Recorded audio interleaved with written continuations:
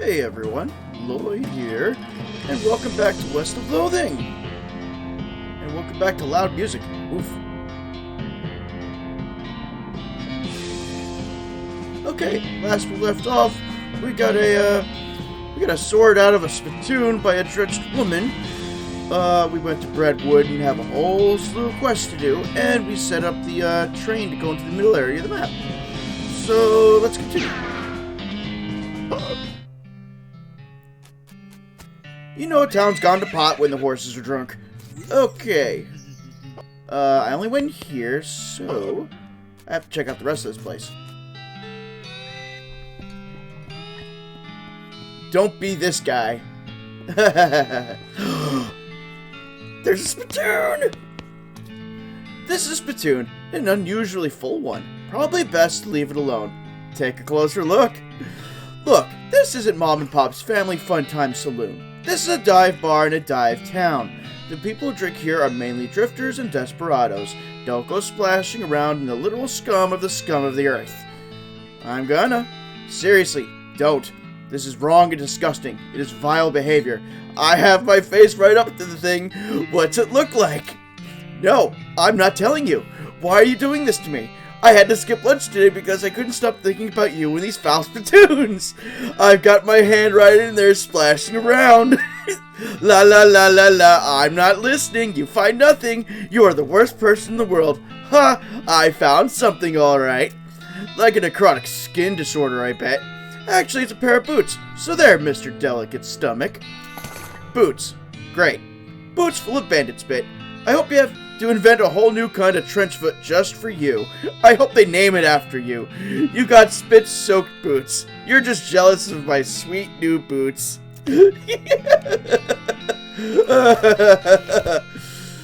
Let's see how good these boots are. These boots have been rendered extremely flexible by dint of months spent soaking in tobacco spit. Best not to think about it. And plus 3 maximum AP. Ooh, I like that. Hey, Mad, how you doing tonight? Breadwood Trading Post. It's post. It's a post. Trade with it. Let's see. Advanced Beancraft. And I don't have money. Shoot. Wait, desert eating and drinking? This book contains everything you need to know to turn the harsh, unforgiving desert into your own personal buffet. And the best part is the buffet also has an open bar! I'm doing pretty good. I did a lot of typing today. It says, I owe you 1 piano. What are these guys up to? Ask them. The man with the black hat has a huge pile of meat in front of him. The man with the white hat looks broke and sad. What you playing, fellas? Pharaoh. But I wouldn't say we're playing. I'd say we did play until this cowpoke ran out of money. The man in the white hat grumbles. How does it work? It's easy. You bet 50 meat, and then you name as many pharaohs as you can. Every time you name one, I give you 20 meat. Wait, what? If those are the rules, how did this guy lose all of his meat to you? He's real bad at it. I'll give it a try. Writing turned out okay. I showed it to a friend. I'm gonna see what happens later. Alright, partner. Start naming pharaohs. Tutankhamun. Well, everybody knows that one. What else you got? Uh-oh. You don't actually know the names of any more pharaohs. Maybe you can get away with just making some up. Oh, I got one. Rampoponamun. He grumbles and hands you your winnings. Ununamamin? Oh, I got one. Snuffosanksis. Aw, I can't do it anymore. That's all I got. Table's closed. Get lost. Whatever you say. Well, looks like sore son of a biscuit wandered into town. Howdy, cake sucker. Wow, geez, rude and baffling. Get used to it. We like our cursing here in Breadwood. Sure, fine, but cake sucker? We also like our breads and bread-related products. So I've noticed. Buy a drink? The bartender pours a shot of something and slaps it on the bar in front of you. I don't get to choose? No.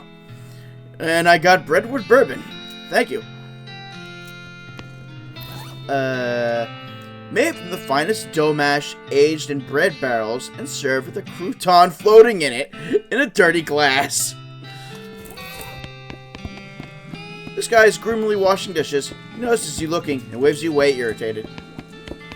There's a note that says, "See bartender for darts." We don't take kindly to strangers, stranger. No need your kind around here. Did you say need or need? He glares at you. Well, anyway, ask about the darts. Ain't got no darts. Dang it. Ask about the guy washing dishes? What's with the guy washing dishes? That muffin lover ran up a tab you couldn't pay off, so now he gets to wash dishes. Some of them dishes I've been saving for such an occasion. How much does he owe you? $150. I'll pay it. You're even dumber than I assumed, but whatever. You can tell him he's for yourself. Alrighty. You're free, buddy.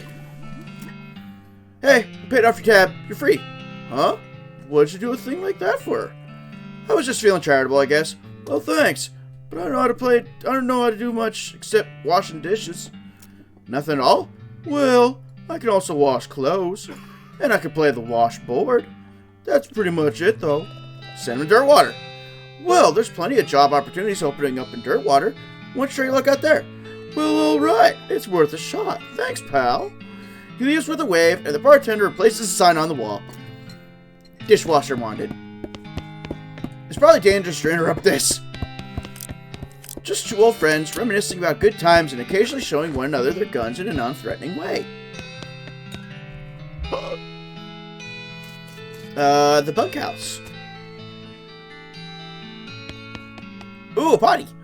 On the one hand, it's a modern convenience. On the other hand, it's got zero privacy. Flush it just for fun. Whee!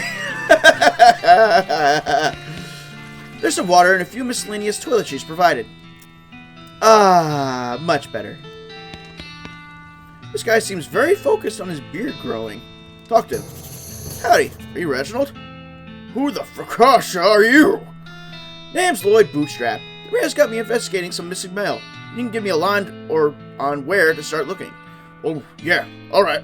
I gave up being a mailman a couple of years ago, but I doubt they've changed the system much. All the mail headed here used to go through a way station just southwest of here.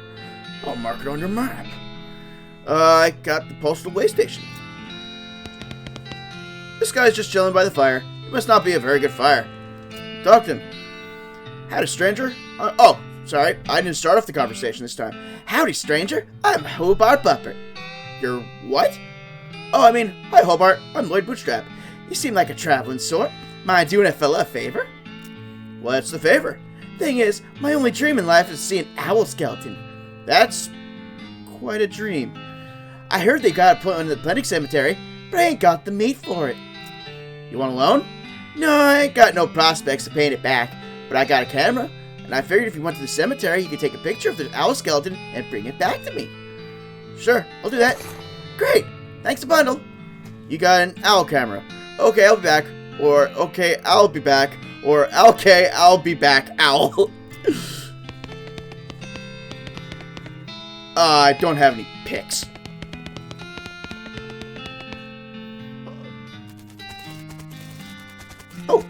Oh, what's this? Dunwick Crouton, 1848 to 1862. He died young. Croissant Le Breton, 18... Man, these people are dying young. The graves past here are all too old to still be legible. Okay. Where is Postal Way Station? Your transponder beeps, indicating ordinary-looking copse of trees just over the next ridge. New location, curious copse. Make like some different trees and leave.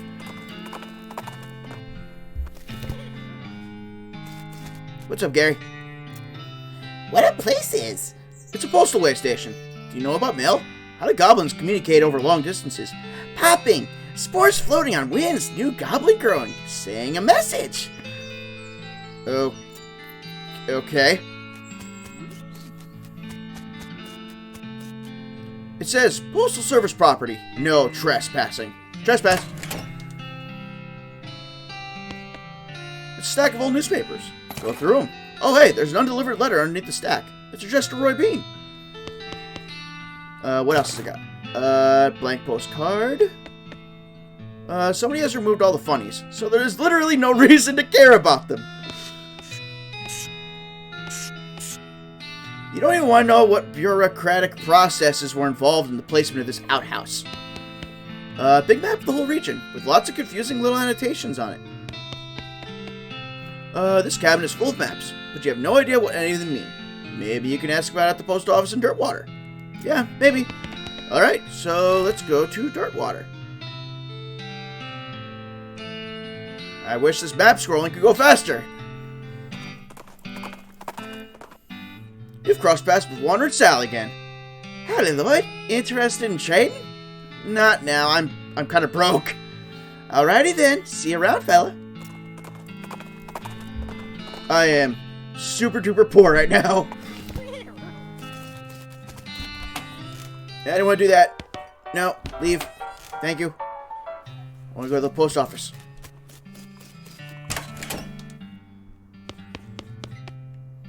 Hey, I need some help tracking down some missing mail. How do you mean? A mail delivery went missing on the way to Brentwood, and I'm hunting it on behalf of the mayor. The local mail station has a bunch of route maps, but I don't know which one I need. Well, that information ain't exactly secret, but I ain't supposed to just give it out either. A delivery going missing is bad news, though. I suppose it's alright just this once. Wait here, Zach. Thanks! Okay, so each map has a code on it, see, based on region and direction of travel. She explains how to work out the... That's a woman? Oh! Wow, I didn't know that. She explains how to work out the code you need and gives you a cheat sheet for reference. You got postal code sheet. Thank her, leave.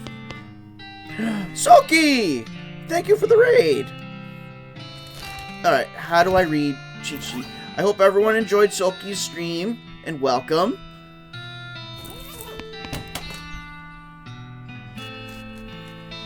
Okay, back to the postal station. Right here. Mudsdale suddenly gets spooked by something off the side of the trail. It's easy to understand why. There's a horse skeleton in the ditch, which is a thing that's probably extra spooky if you're a horse. Hop down and investigate.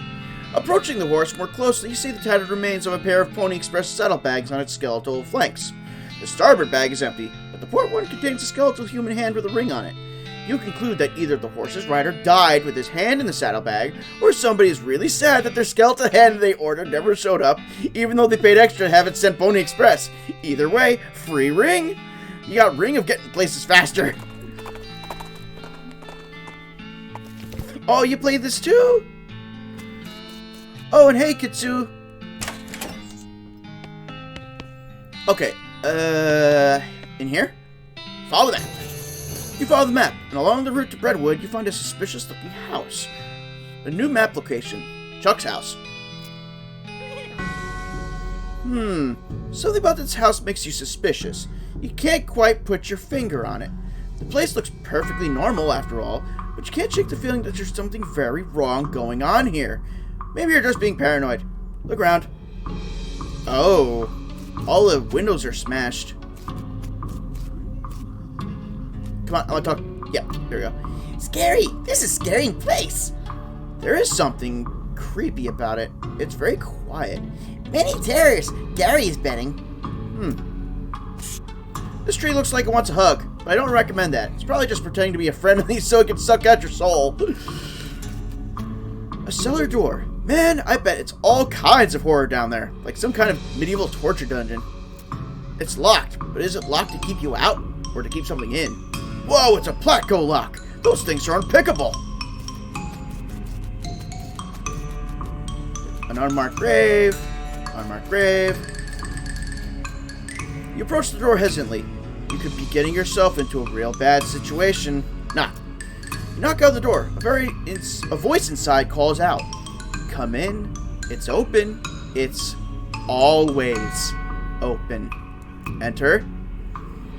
The door creaks open, and you step inside the house. The interior is an absolute nightmare. The walls are covered with rusty chains and hooks, as well as a variety of wicked-looking knives and shears. A man of intermediate age and slightly hunched posture grins widely as you enter, his eyes gleaming. He's standing near a large puddle of blood on the floor. Oh boy. What kind of voice can I give you?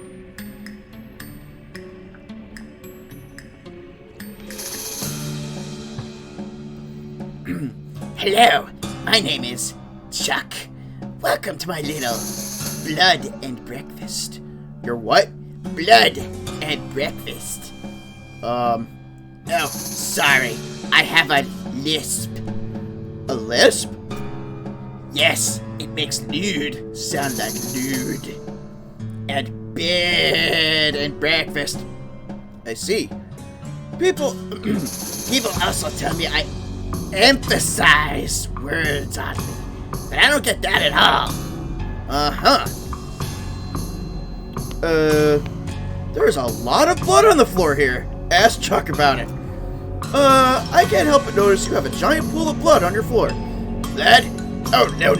I can see why you might think that, as this is certainly brewed like blood, but this is tomato soup. Tomato soup? Yes, I spilled my lunch. Very clumsy of me. I was just getting started cleaning it up when you arrived. I see. There's a kettle on the stove and it's still hot. A little pantry shelf with various tins and jars on it. There's nothing very unusual, but you do notice 2 jars of tea leaves labeled Sleepy Time and Earl Grape. Sorry, that's private. That's my blood room. Your what? My blood room. My bedroom. Oh, right. Gotcha. This guy's weird. This is a large collection of steel chains and hooks, as well as knives, shears, and other bladed implements.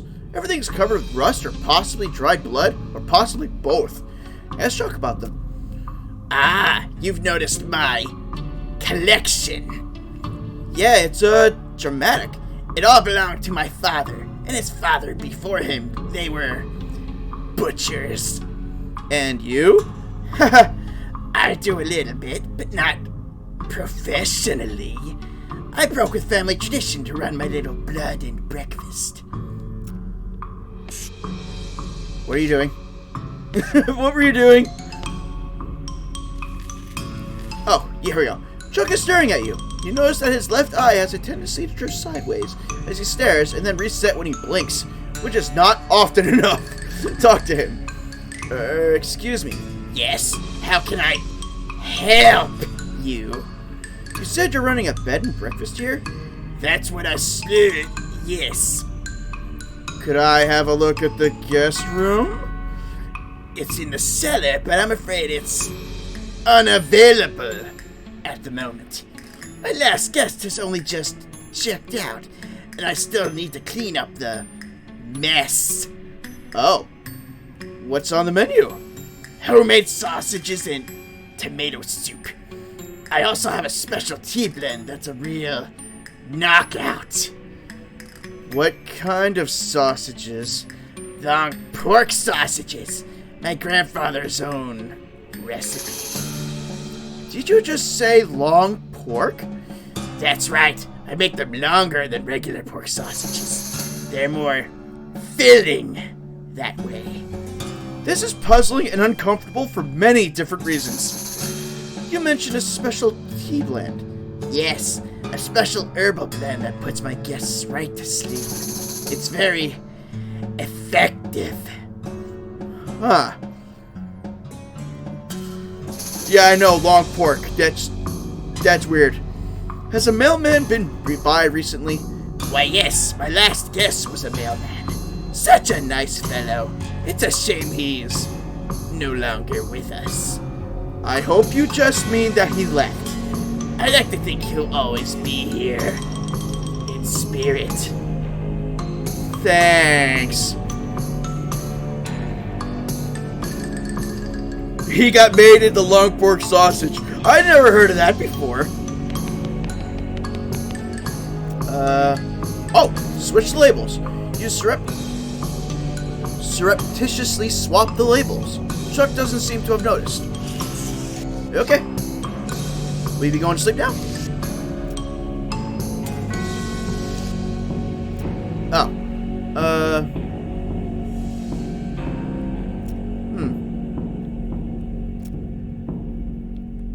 Specialty blend. Oh, here we go.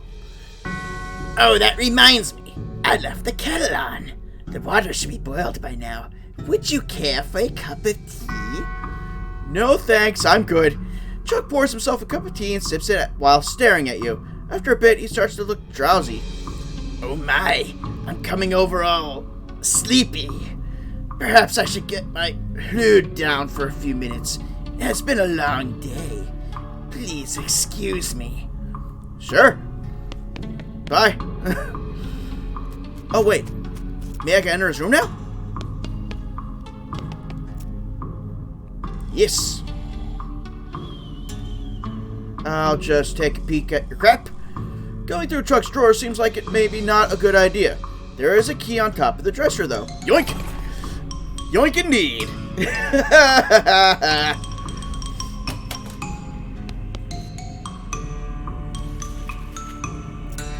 You unlock the door and steel yourself for what you're about to see. Go in. Doesn't look nearly as horrific down here as you expected. Unless you're particularly horrified by an unmade bed. Hey, this looks like the missing bag of mail. Grab it. You sling the neck of mail over your shoulder. Neither rain nor sleet nor super creepy B&B proprietors. Anything else? See if there's anything good. There are quite a few books good on here, actually. Locks on how to pick them, advanced beancraft. Let's see. Locks on how to pick them. So I could just sell it. Let's see. Bean wall. Use the old bean. And wary.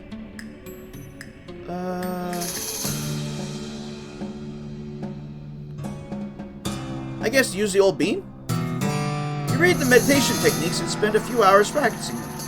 Use the old bean. Unfortunately, you get so good at clearing your mind that you completely lose your memory of where you left the book. Dang it.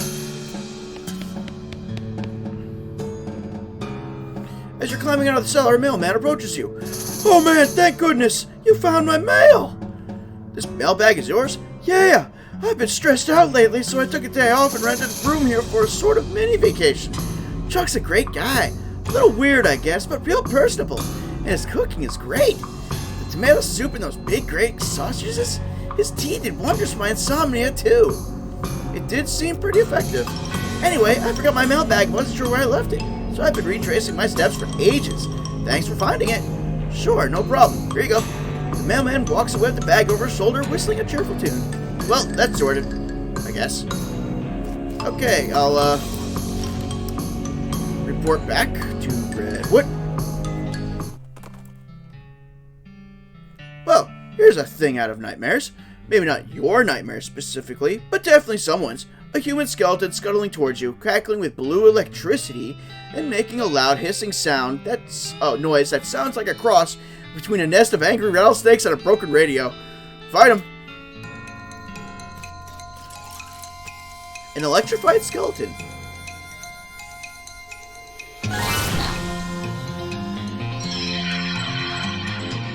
Alright, Gary, don't get electrified when you kung fu his butt. Very nice.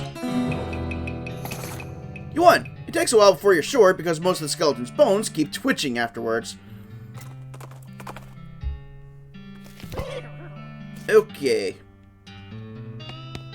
I don't remember the mayor's voice, so I'm just going to give you a random one. Any luck recovering our yeast from those bandits up at Old Schmaltz Brewery? Not yet. Nope. Nope. Nope. Nope. Yep. Any sign of the missing mail? Excellent. I hope there's a new issue of Mayor's Monthly. Sounds informative. Okay. Next task is military cemetery. You spot a horse skeleton lying a few yards off the side of the trail. You You tie Mudsdale to a tree just out of sight of it, no sense in scaring him, and investigate. Somehow its saddlebags are still intact. Maybe the big red plus signs embroidered on the sides of them had added to their durability. Loot those bags. Got nerve pills, smelling salts, bottle of laudanum, nerve pills, smelling salts. Oh hey, what's this? Orthopedic boots.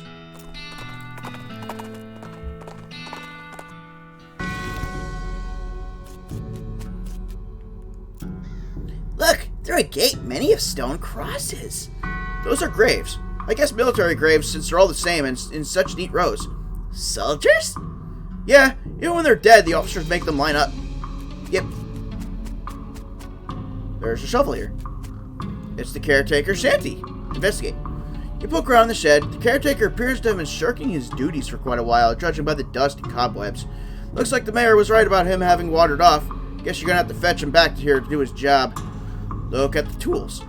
There's a shovel. Since you already have one, you don't need it. Under the chair. Like all chairs owned by one guy, it has years worth of lint and food crumbs underneath it. Scope out the desk. It's covered with old paint-spattered newspapers and features a large collection of tiny jars of paint, as well as a jar of fine-tipped brushes, a can of thinner, and a stack of history books. Check out the flyers tacked by the wall. You find a flyer for a military reenactment enthusiast society. Apparently they meet regularly at Fort Memoriam. Maybe that's where the Caretaker went. Okay. Let's see the Eternal Flame. Oh. There's a goblin roasting a hot dog on the fire. Caution. Do not touch Eternal Flame. Hello, Weenie Man. This goblin is roasting a weenie over the Eternal Flame. I am pretty sure you're not supposed to do that. No, it's good fire, not to wasting it. Let Gary handle this. Gary humbles over and chats with the goblin. Both their attitudes toward the whole thing seems to be basically, hey, why not? They're asking if you want buying a weenie. Buy a bratwurst. You got an item. Goblin bratwurst. This is a bratwurst you got from that goblin in the military cemetery. It's kept warm by our gratitude for the boys in uniform who made the ultimate sacrifice so that we might be free to have barbecues. That's not what it's supposed to be about. Beyond this gate stand countless rows and columns of tombstones. Well, they're not actually countless. I've counted them, and there are 999 of them. You can visit individual plot by number if you'd like. No. Let's go to... Where's those nerds? Fort Memoriam. You notice a black spot at the base of the mountains to the east. You feel compelled to go investigate. Madness small mind. Keep going where I'm going.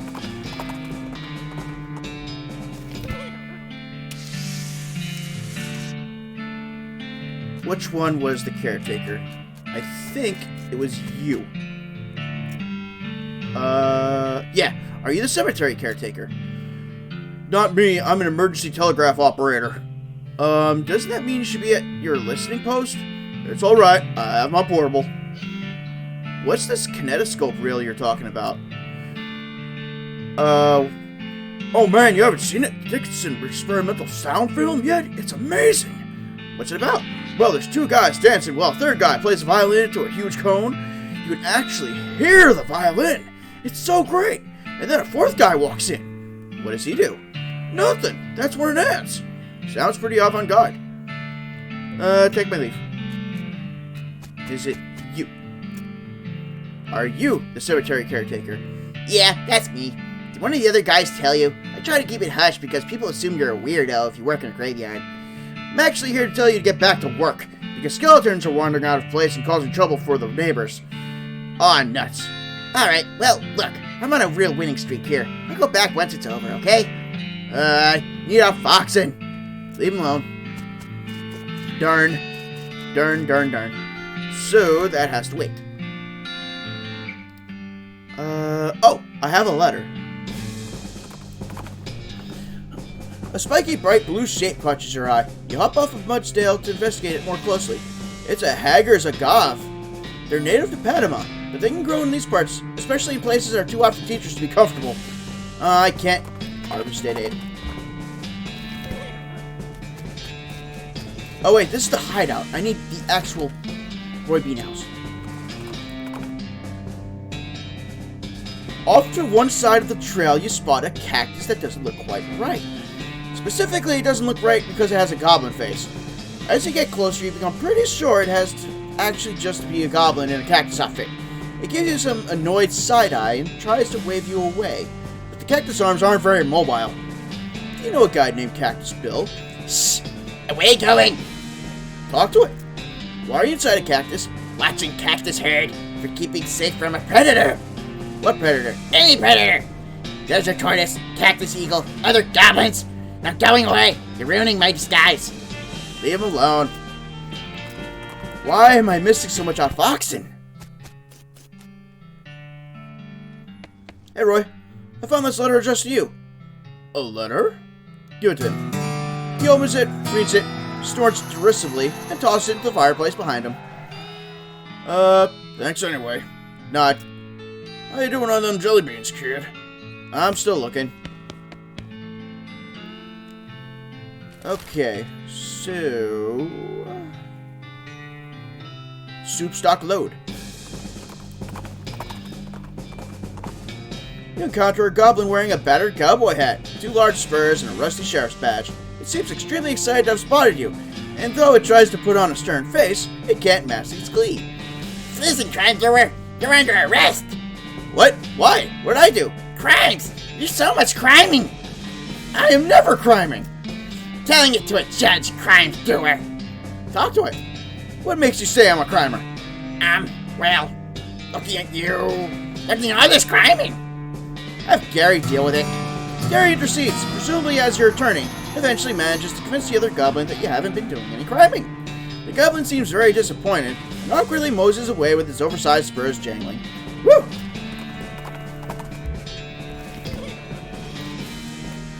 Hey, Gary. Oh, another metal's hole. Except this one is smelling good. Yeah, there is a hint of something on the breeze. What is that? Soups! No, I think you're right. This cart was overflowing with savory tailings. Dig through them, and I got unrefined meat nugget. These lockers have been pretty picked over from the looks of them. I did find a couple of things. Can of kerosene, sulfur match, and dynamite. And I can't pick the lock. Curse is. It's a pool of boiling soup. Grab it. Using a bread bowl, you scoop some soup. Bowl of soup.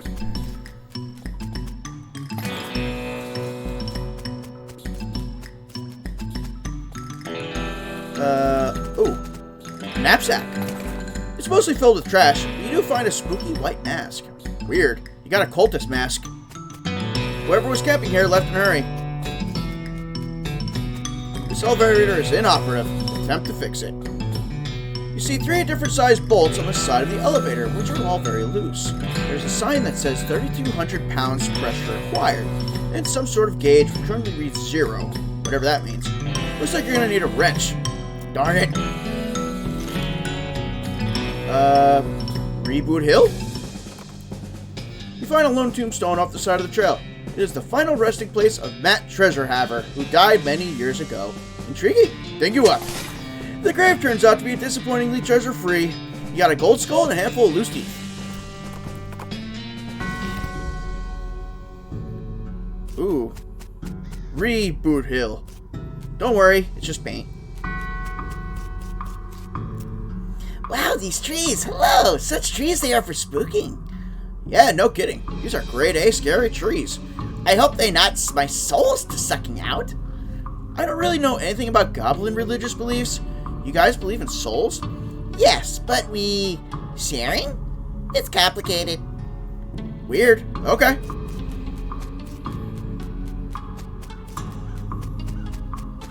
Sharing of one soul. That sounds weird.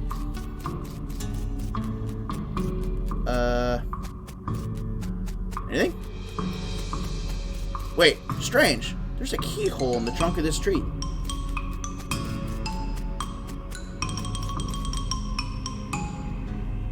Oh, there's a ghost. You see the ghost of an elderly woman holding flowers. She She seems lost and depressed, above and beyond what's expected for a ghost. Howdy, ma'am. Is there something I can help you with?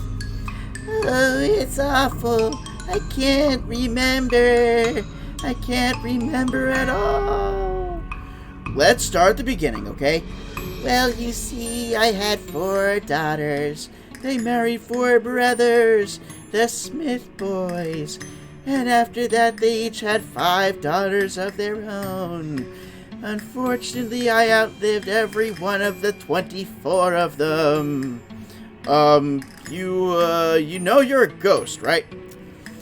Oh, yes. In fact, I died here in this graveyard, where they're all buried.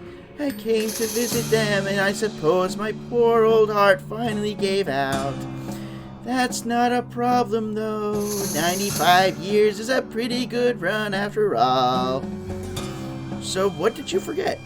I brought this bouquet of flowers to put on my favorite granddaughter's grave. But I can't remember which of them was my favorite. I'm so ashamed and I can't bear to leave until I remember. I see. Well, maybe I can help you figure it out. Oh, thank you. I'd appreciate that ever so much. No problem, ma'am. I'll be back in a minute. All right, dearie, I'll be here. There's so many gravestones. Jeez. Wait. A loosely packed grave. Dig it up. You uncover a coffin that was apparently delivered by mail, because it still has the address printed on it. Either that, or this was a joke that somebody going to Hellstrom Ranch after they died. You discovered a new map location, Hellstrom Ranch.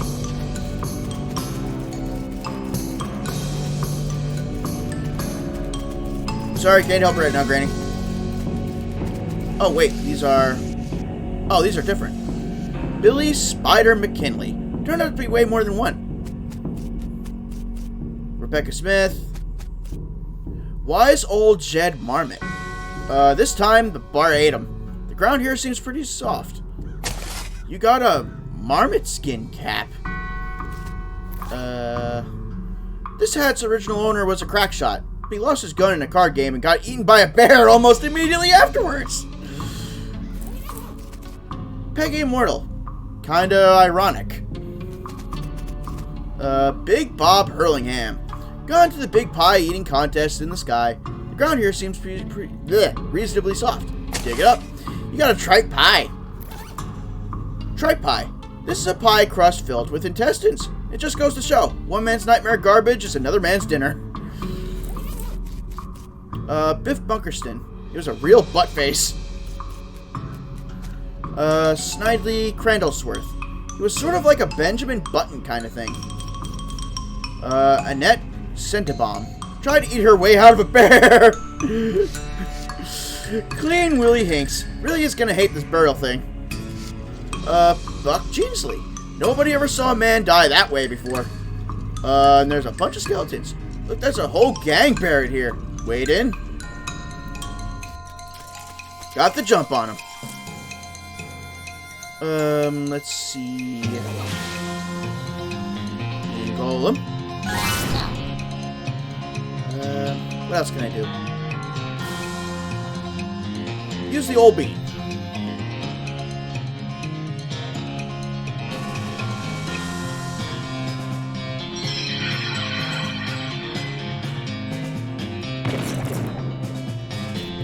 Kick his butt. Then again, he's a skeleton, so he doesn't have a butt. Oh, no. Oh, no. I'm gonna get my butt whooped, aren't I? Oh, dear. Oh, dear.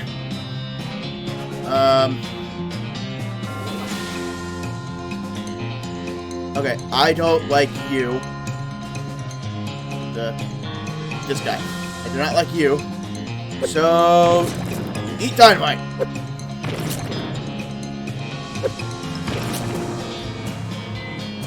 Oh, thank goodness for spamming of items.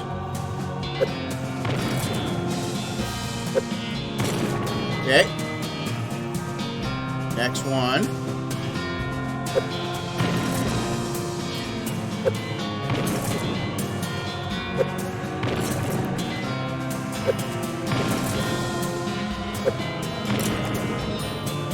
Oh, they all have different names. Brutus Sweet, Guinevere Sweet, Morgan Sweet, Vane Sweet, and Elaine Sweet.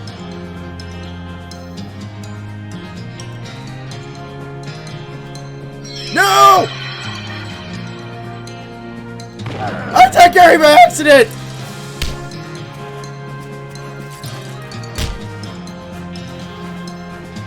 Sorry, Gary. I am so sorry. Well, looks like I'm doing this.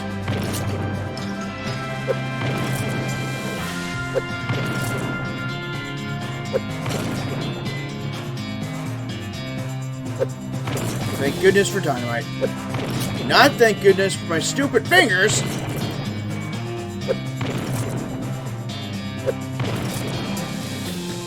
I went through half my dynamite.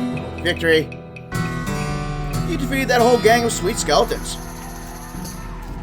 Let's see. Here lie the sweet gang. May they never wake up. Take the sword. You plucked the sword from the stone. Now you're royalty. You got sweet sword. This sword was used to adorn the grave of the sweet gang. Now it adorns the faces of your enemies. Briefly.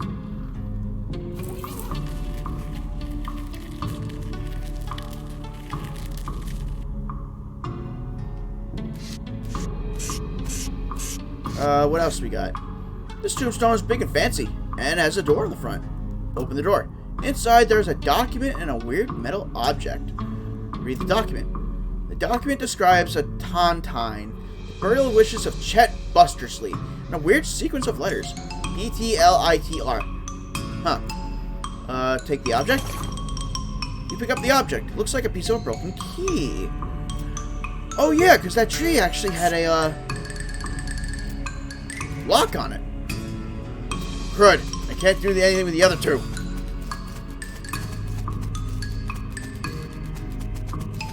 Oh wait, what was that? Vernon Penniscord. Professional sword swallower. Dynamite Jim Fresca. All the bits we could find. Shank Weems. We're reasonably sure he's dead. Adam L. Olmada. They got him coming and going. Oh, because it's a, you can read it forward and backwards. I just caught that. Dink Scotch Turkinson. Drowned in a whiskey barrel. It's what he would have wanted. And I got whiskey. Old Dead Tom. Took us kind of a long time to get around to this. Fred Deeks. Couldn't remember the rhyme about which snakes are poisonous. Nerold Flintz. Died as he lived, screaming. Annette Jangle. First lady bicyclist right off cliff. Riding boots. These boots are made for riding. Not the kind of riding you're probably thinking of. Lavender Creeks. Inventor of the external combustion engine. And it's the remains of a picnic. You got Vienna blood sausages, sarsaparilla, plum pudding, and gothic cameo. What's this? It's an ornately carved brooch with a jet black gem in the center, which, come to think of it, might be jet black because it is in fact a jet. What? And it's spooky resistance. The heck does that mean?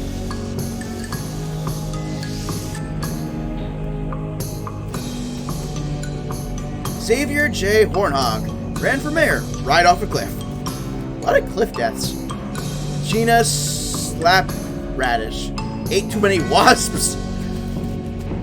Hazel Batchley embroidered herself to death. Lucky Vinnie Pike, 1864 to... It's bound to run out sooner or later. He's still alive. That one guy. You know the one. Yeah, him. Brett Haggins. The most strikingly rat-faced man any of us have ever seen. Stanrietta Minkelston. Tried to eat a live eagle on a dare. Looks like the eagle knocked out all of her teeth on his way down. Hello. The skeleton doesn't seem particularly threatening, apart from being a general reminder of your own mortality. Hello. Who are you? My name's Bernard, but shh! Lower your voice! They'll hear us! Ooh, the cultist? Shh! Yes! Not a fan? They're reanimating dead people's skeletons! I don't want to be reanimated! It sounds horrible! Can you imagine having to walk around with your skin on? How embarrassing! Not to mention cold! Sure, well, plus, I mean, dying's hard enough. Wants to come back to life just when you got used to being dead, right? I could see that. Please, can you do something? I don't want them to find me. Okay, I'll let you know when it's safe. Great, thanks. I'll just hang back here until the coast is clear.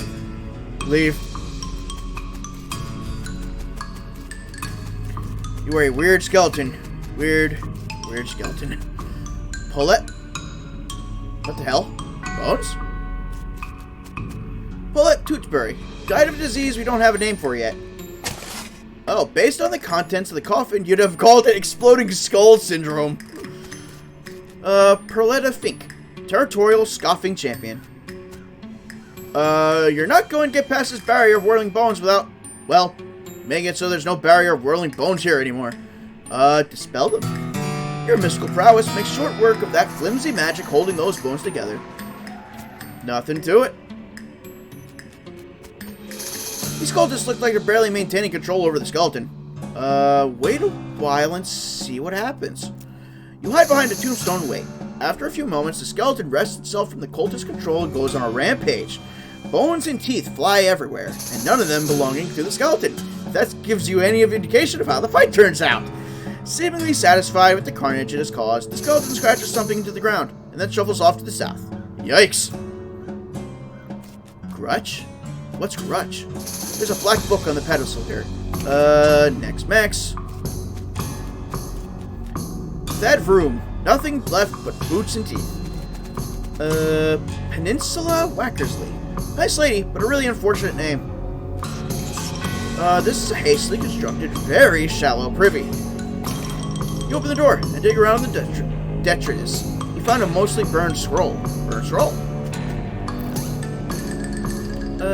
This scroll has mostly been buried beyond legibility, or burned beyond legibility. But you can just barely make out something about hell cow energy in between the scorch marks. The scroll is in bad shape. You can't really make out anything new, but you're convinced this must be another clue to the whereabouts of the necromancer. Stick the scroll into your journal. Nothing in here but 3 bedrolls and a single stale smell. Is that it for here for Reboot Hill? Guess so. Baker Boy's hideout. A grim-looking cowboy rides up and blocks your path. Hold it. This area's full of cows, and I can't let you go any further. It ain't safe for wreck folk. Y'all go ahead and turn back now. Well, thanks for the warning, but what if I refuse? I'll use force if I gotta. You're going to ensure my safety by beating me up. I recognize the conundrum, but that's the times we living in. Push him past. One side, fella. Hey now, I said I ain't letting you pass, and I meant it. Try something else? Just go back the way you came? Can I go back?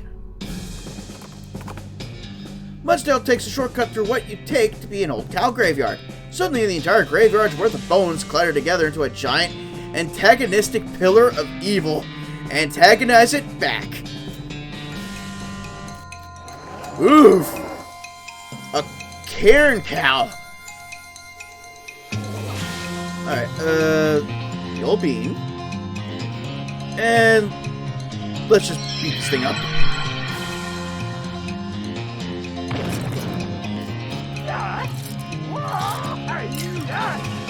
Victory! Ashes to ashes, dust to dust. Pillar of cow bones to pile of pulverized cow bones. I got Ungulith Horn and Infernal Soul Fragment. Oh wait, what did it say? This bakery has definitely seen better days. I get it.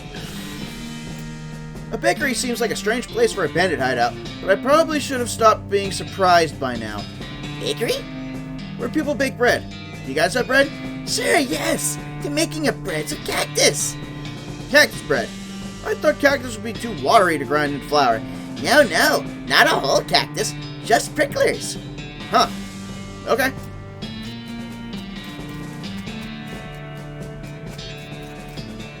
Hello. These teenagers seem dispirited, and are trying to drown their sorrows with big mugs of water. Maybe they misunderstood the idiom? Hey, you boys wouldn't know about some bread that went missing, would you? Oh, nuts. I told you we got in trouble, Billy. Shut up, Jerry.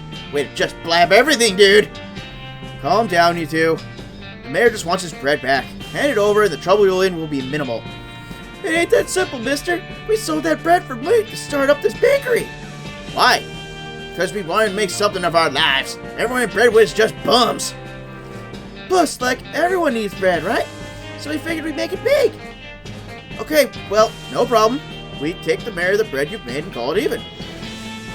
Oh yeah, no problem. Except for the fact that we don't know a dang thing about making bread. It turns out all we ended up with weird lumps. That ain't true, Billy. The last loaf we tried was almost right. Yeah, sure. That one was nearly edible. We're practically out of ingredients. Maybe I can help. I might know someone. I might know someone who can help you out. Do you two know Louise Lathrop? No, who's that? She might just be the solution to your problems. Let me head on over to see where she lives and talk to her for you. Go now. I remember her from the last episode. She's with the hippies. Not you, not you, you. Do you know somewhere that's hiring a baker?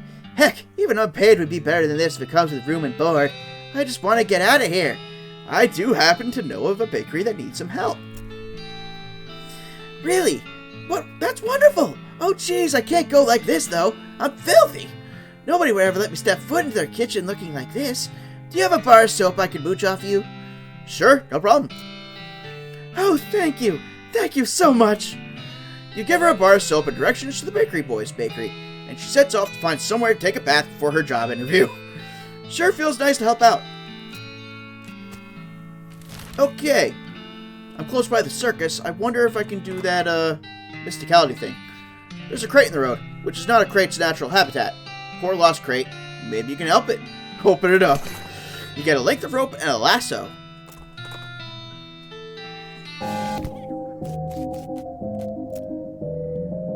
Okay, which one was the mysticality game? This one. Test your mind. Give it a shot. Shoot. Give it a little. I don't have enough. What increases my spleen? Potions?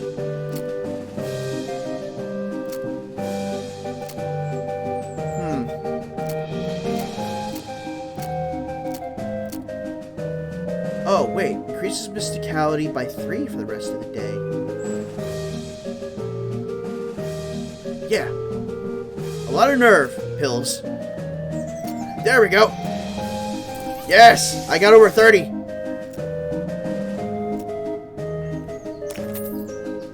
Give it your all. The clown starts picking cards out of the deck and holding them up with the backs to you. You rattle off their names as fast as he can pick them up. He seems genuinely impressed.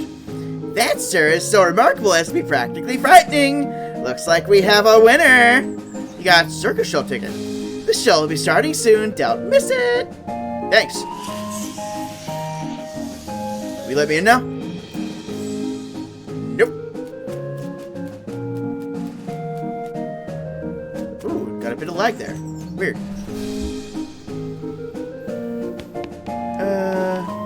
Let's see.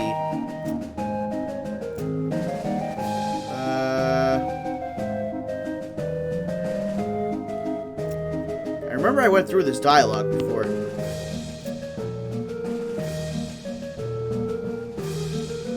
Oh, this is new. Say, wait a minute. Here's the egg for the balloon-selling clown. Didn't he tell you there's another guy wearing the same makeup? According to this sign, that seems unlikely. Hey, step back, please. No touching. Sorry. Leave shelf. Shoot. I need him to get away from the shelf.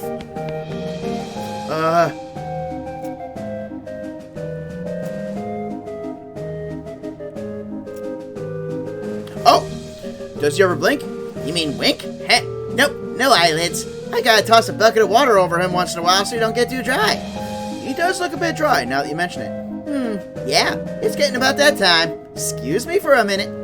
You do your thing. Excuse me. Inspect the eggs. Since the clown's distracted, you take the opportunity to get a closer look at the eggs. You notice 3 things about them. Firstly, they're too large to be chicken eggs. You have no idea what kind of eggs there are. Secondly, they've all been broken and then very meticulously glued back together. They almost look like they've been assembled after something hatched out of them. And thirdly, one of the eggs features a pattern of red triangles that you recognize. It's the same as the clown version of yourself that you saw in the mirror earlier. You quickly step back as the guard returns. He gives you a fair amount of side-eye, but doesn't say anything. Leave the shelf. Oh.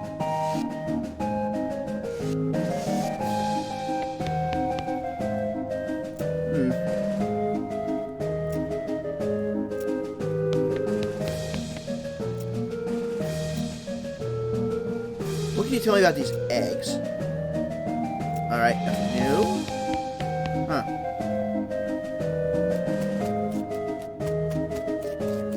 Now, can I go in? Nope. Shoot, what do I do?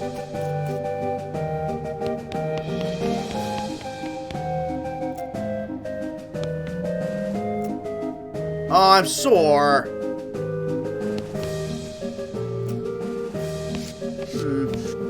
What the heck do I do down here?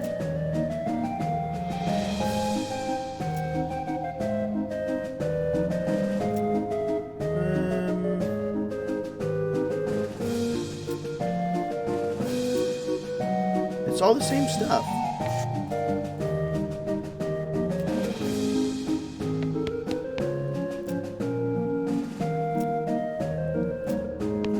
Maybe I can get him to go away again?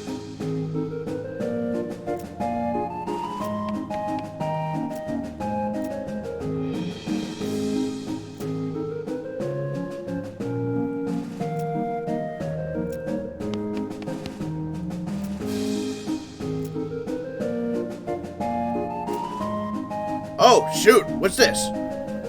That tears it. These clowns aren't regular people dressed up as clowns because of some kind of carnival tradition. These are for real demon clowns, like the ones in the old stories. You are basically in a clown hive. This is bad. Real bad. And if you figure out that you know about them, real bad. Uh-oh.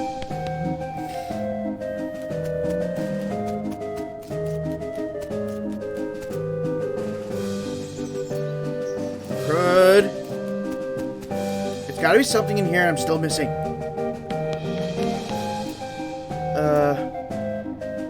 Eggs? No!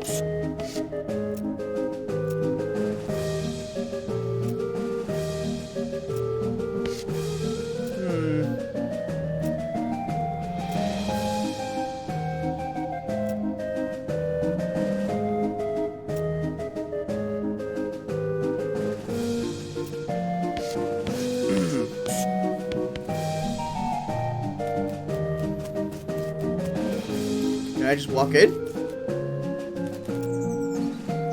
Yeah, it's still not active. Talk to Balloon Guy? Oh yeah, here. Earlier you told me there's another clown with the same face paint. That's right. That's right, the other balloon seller. Except they look at the clown eggs displayed in the sideshow. There's only one egg with that pattern. And it's supposedly taboo for a clown to use another clown's makeup. Say, you're real sharp. Better watch out you don't cut yourself.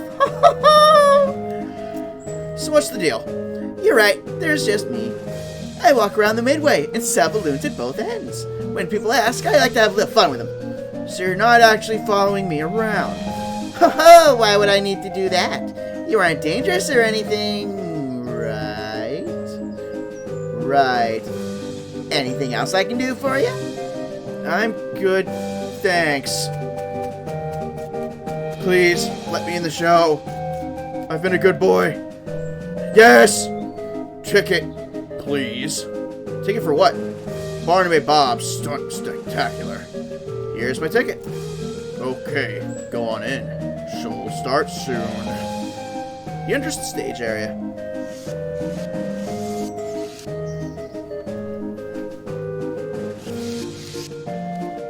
These benches must be for the audience. Have a seat. You take a seat, and a smattering of other patrons appear and sit down as well. After a minute or two, there's a crash of cymbals and a clown runs in from the backstage curtain and jumps up onto the stage. And in contrast to the other clowns, colorful clothing, this is relatively simple.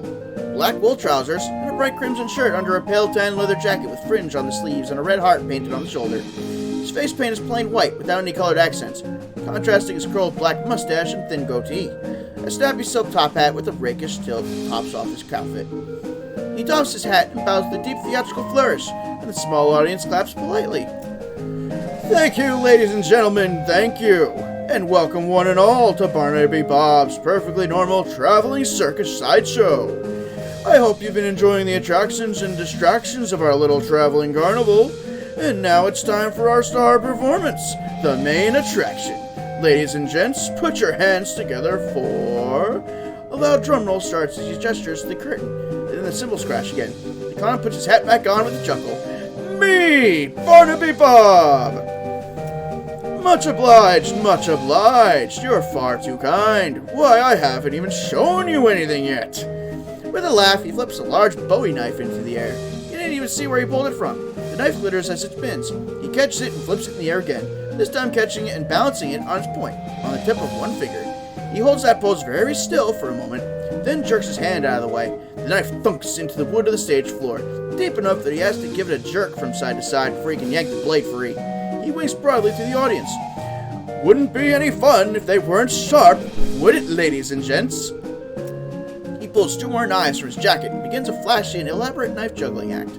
3 spinning blades somehow turn into 4, and then his hat is added to the mix, floating lightly through the cascade of knives without a single scratch. He finishes the routine by catching 2 of the knives in each hand and allowing his hat to fall nearly to the ground, before catching it on the tip of his boot and picking it back up into the air onto the top of his head. Applaud. Ah, now there's some applause I believe I've earned. Let me tell you, ladies and gentlemen, it took a lot of hats to get to where I am today. He chuckles as he adjusts his hat back to his original rakish tilt. Now for the grand finale. For this, I'll need a volunteer from the audience. A few hands go up. Barnaby Bob ignores them and looks directly at you. How about you, sir? Okay. Good. I like a brave one. Step right up onto the stage here. Your name, please? Lloyd Bootstrap. It's a real pleasure to finally meet you, Lloyd Marshall Bootstrap. Step onto the stage. He knows my middle name. He knows my middle name! A couple of clowns haul a large wooden panel about 7 feet tall and 4 wide up onto the stage. They stand up vertically behind you and stay there, holding it steady. It has 2 holes in it slightly above waist level, and a lot of knife marks. Press your back flat up against the wood, please, and put your hands through the holes. You do so. The holes are just a fraction too high, so it's not very comfortable. And then one of the clowns pulls your arms back tighter and ties them together with rough hemp, so it becomes much more uncomfortable for a variety of reasons. Don't worry, this is just to make sure we don't want to make any sudden and unexpected movements. We wouldn't want that, would we? Fret not, son, everything's under control. He steps up close to you and adjusts your collar, brushes a little dust off your shoulders. My control. You know, Lloyd, we get a sharp customer through here from time to time, but my, you're the sharpest I've seen yet. However, I bet a shiny silver dollar I've got something up my sleeve that's even sharper. His pupils narrow to vertical slits as he grins at you, revealing rows of pointed yellow shark teeth. As he turns away, you can see that your heart on the shoulder of his leather jacket is drawn with an arrow through it, and the word Mom. It doesn't look painted on. Free your hands. You struggle a little, but your arms are too tightly bound. The rough hemp rope digs into your wrists. Barnaby Bob strolls to the other end of the stage and turns to face you. Now, don't you worry. This will all be over soon. Just don't move. He has a knife in his hand again and gives it a few twirls and flips. Light reflected from the blade glitters in his eyes. Then, without warning, he hurls it at you. Thunk! The knife hits the wood before you can even blink, a hair's breadth from your left ear. Stare him down. Barnaby Bob grins at you as the crowd applauds. Another knife appears in one hand and an apple in the other. He tosses the apple to one of the stagehands, who carefully balances it on the top of your head. Time for the old William Tell routine. A bit of a cliche, perhaps, but there's a reason it's a classic. Hey, ladies and gentlemen, take a deep breath. The crowd watches with rapt attention as he flourishes the knife, spinning it and flipping it behind his back. Then, faster than you can register, thwack. Cold apple juice dribbles into your hair and down the back of your neck. 2 for 2. What do you say, Lloyd? Shall we go for one more? Stare him down. Show no fear. Barnaby Bob pulls out another knife and gives it a quick thropping across the pale leather sleeve of his jacket, then whips a colorful spotted handkerchief from his pocket and blindfolds himself. This time his smile is much colder. I advise you to watch closely, Lloyd Bootstrap, since you're the only one of us who can. Watch closely. The crowd laughs, but you don't really hear it. The knife spins in his hand, this time either because of the adrenaline or because he's actually moving slower. You can see the motion of his arm as he throws it. He twists his wrist in an odd way that you don't think he did before. The knife is flying at you. The knife is flying directly at your right eye. Don't move. The knife incredibly swerves at the last possible moment. Thunk! You can feel the wood shake from the force as it stabs into the board. The metal is cold against your right cheek. The audience erupts into cheers as Barnaby Bob removes his blindfold and pumps a fist triumphantly. One of the stagehand clowns unties your wrists and hopes you get your arms out of the holes. Bob takes your hand and raises it into the air victoriously. Well now, ain't he a good sport, folks? And as brave a target as I've ever had. Take a bow, Lloyd Bootstrap. Take a bow. You bow to the cheering crowd, carefully keeping your eyes on Barnaby Bob. He bows as well, removing his hat with an elaborate flourish, and then he takes the slip of paper out of it. As a token of appreciation, I'll give our star volunteer a gift. A year's supply of dynamite. Use it in good health. As he hands you the coupon, the clown leans in and close to your ear and whispers, "This was the only warning you'll get, boy." You got an item. Coupon for a year's supply of dynamite. Barnaby Bob waves and blows kisses to the crowd as he climbs down from the stage, and then he disappears through the backstage curtain. The audience gradually disperses. Oof. Wow, that's a lot of text. No, I want to follow him.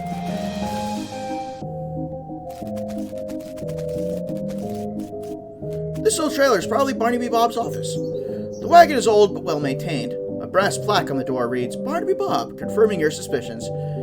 Peek in the window. You see Barnaby Bob sitting at a desk. He seems to be inspecting a large map, but you can't make out any details from here. Knock on the door politely. "Come on in," Barnaby Bob calls. Enter. You open the door and walk into Barnaby Bob's office. He looks up from his desk, surprised to see you. You! I thought I made myself perfectly clear the last time we met, and yet you knock politely and walk straight into the lion's mouth. You are either extremely brave or extraordinarily foolish. Boy, both I might hazard to guess. I've got some questions that need answered. And you think I'm going to answer them?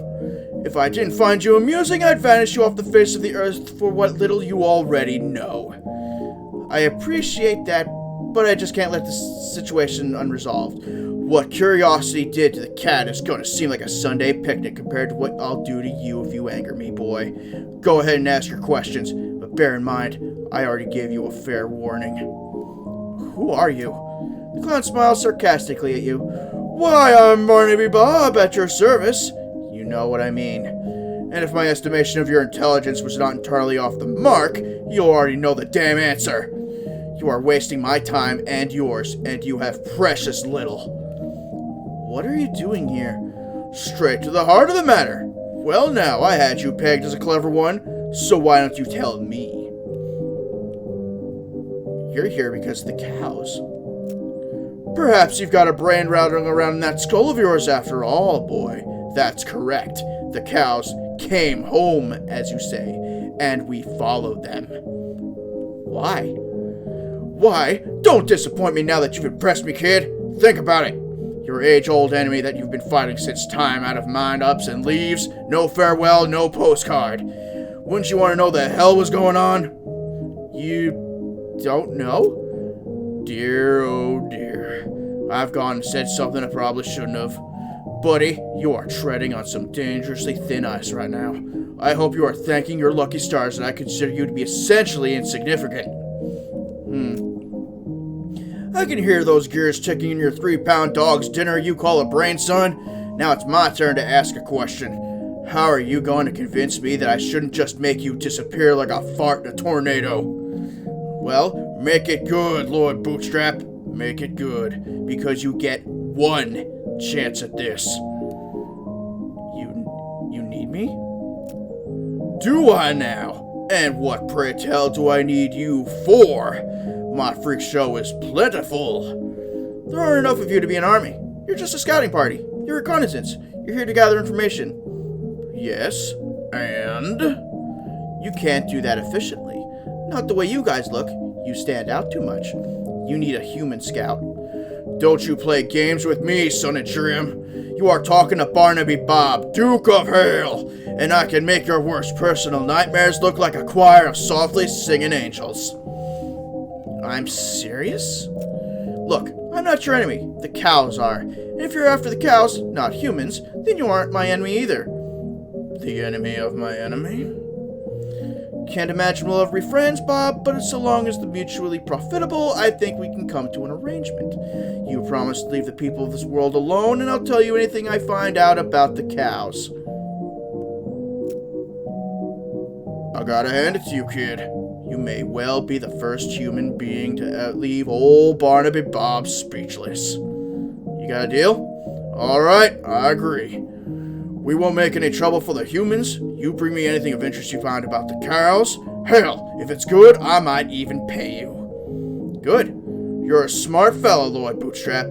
You better be smart enough to know what'll happen if you double-cross me. Mama didn't raise a fool. Good for her. He shows you the map on his desk. There's a location circled in red not far from Dirtwater marked Tannery. This'll get you started. There's an old tannery a ways south of here. I've sent a few of my fellas there already. Go have a look. You find anything worth seeing, you let me know. One thing, you are strictly undercover. I won't be telling my boys about you, but that if I could easily get a message to ones out in the field anyhow. If you need to defend yourself against them, well, so be it, and good luck to you. Discover new map location. Danny's Tannery. Whew. RMC, thank you for the follow.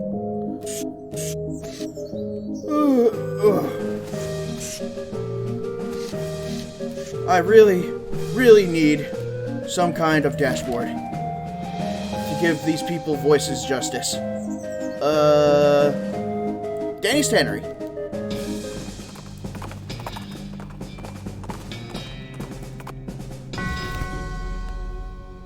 Danny's Tannery. It's your partner. Hello, a sign. What is the man's word? It says tannery. It's where you used to make cow skins and leather. Aha! No more wondering why cows are so angry. Well, yeah, you might have a point there. It sounds like there's a lot of fighting going on inside the tannery. Except instead of the regular fighting sounds you're used to, like shouting and gunfire and chairs being broken over people's backs, you hear a lot of ghostly bellowing and shrill cackling laughter. It sounds like a real bad scene. In other words, enter the tannery. As you enter the tannery, the second thing you notice is that the place has been abandoned for years, probably since the cows came home. A lot of the equipment is wrecked, and all of it is covered with dust. The first thing you notice is that there's a bunch of rodeo clowns in here, fighting with, well, they aren't cows exactly. They're more like the possessed skins of cows. That's a little strange, because you've seen people wearing, for example, cow leather chaps, and you've never seen anyone being attacked by their chaps. Maybe there's something about the tanning process that makes leather impervious to possession, and these cow ghosts, whatevers, are untanned hides? In any case, the clowns and cows seem preoccupied enough with their fighting that they haven't noticed you. At least, not yet. My gosh, that clown looks so angry. It's like, I'm gonna screw with you. Wow, such a place of craziness. Yeah, no kidding. Why are the cows fighting the white-faced mans? Well, it's complicated. Ooh, I can go around. But I also want to fight, because there's a box. As you approach the clown and weird cow leather ghost thing, they take notice of you and stop fighting while they process this new development. The clown, fortunately, seems to decide he hates cows more than he hates you. The cow, unfortunately, decides to hate you more. Hate it right back. I am a badass bean slinger, and I am going to re-kill you.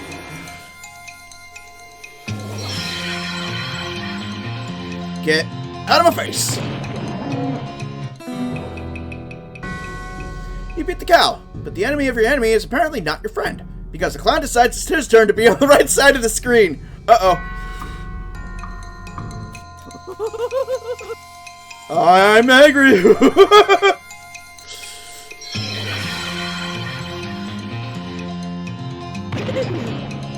These guys are fairly weak. Well, that's one clown and one cow down. You hear a lot more fighting going on in the rest of the tannery, though. So that pat on the back will have to wait till later. You know what? I'm going to do one myself. Good job, Lloyd. Good job. Oh, box. Looks like you found an old toolbox. Looks like you... Okay, yeah. Besides the miscellaneous scraps and junk that naturally accumulate in toolboxes, you find a handful of nails and a pair of sizable, sharp, and serious-looking scissors. Leather shears and handful of nails.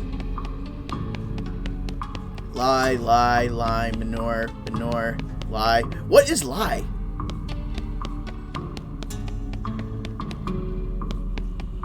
Your attempt to sneak up on the cows fails, assuming you were even sneaking and not just moseying over. The cow appears all too willing to add your face to the list of faces they hate, and turn their attention from the clowns, who jump at this opportunity to get the jump on their ancient enemies. Join the fracas.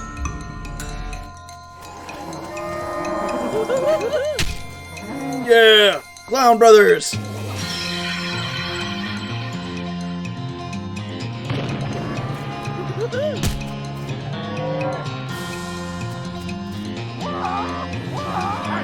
I'm surprised his physical attacks affect the ghosts. True to form, the clowns who are on your side in that fight betray you.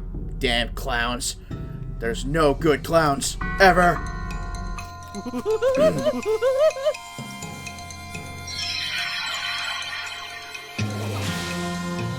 Who invented clowns? Or clowning?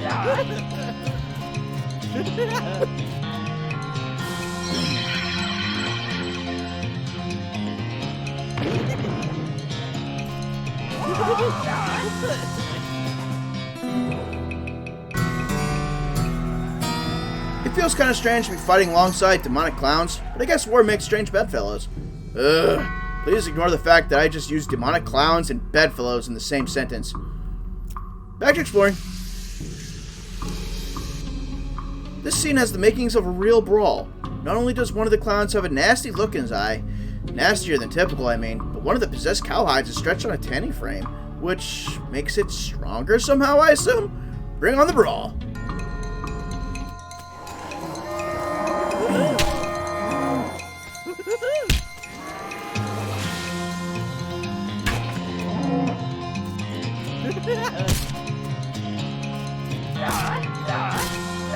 Come on, knock him out. No!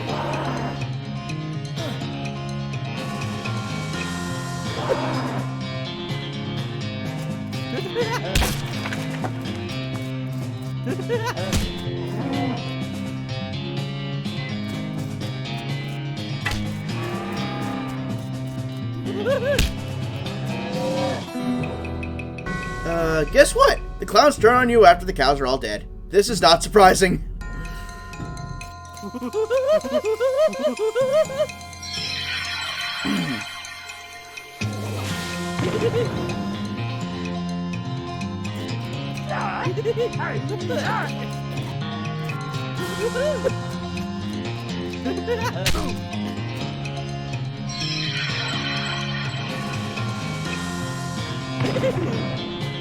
Just take them out one by one.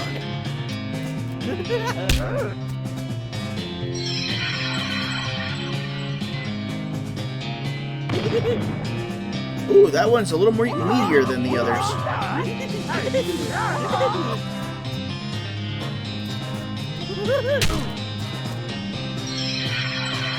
This should do it.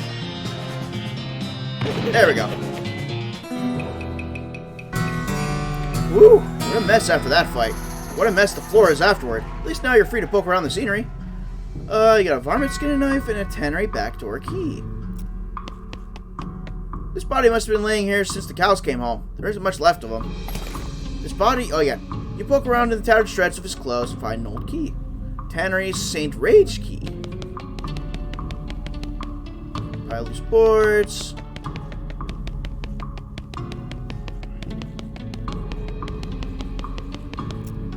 I didn't catch that. Oh boy. Oh geez. This is not a good situation to be in. You quickly hide behind some old tanned hides. Huh. Is this why they're called that? There are 3 clowns out here, each armed with a nasty looking knife. One of them is licking his knife. The sound makes you think maybe he is literally sharpening the blade on his tongue. They are facing down 2 of the stretch hide cows, and a monstrous thing that looks like an entire cow skeleton draped in flayed cow skin. I bet you lot think you're real clever breaking through to the human plane. Did you think we wouldn't follow you?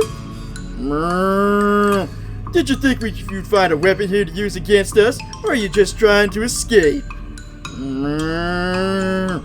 What? You take that back! Stop listening. None of them seem to have noticed you. It looks like you could sneak back through the door, if you're really careful. No. This fight is looking too very, very dangerous. Careful, Bing. Yeah, I know. When they see you, the clowns and cows stop hissing and mooing and posturating at each other. Hey, who the hell are you? Candygram? Uh-oh. Now's our chance. Get him! Uh-oh.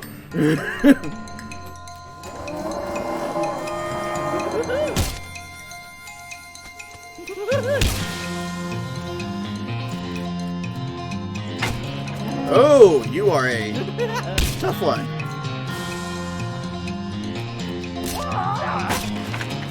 I promise not to hit you, almost said cow friend. You are definitely not cow friend. I will hit you, Gary friend. Oh, Mike, thank you for the raid.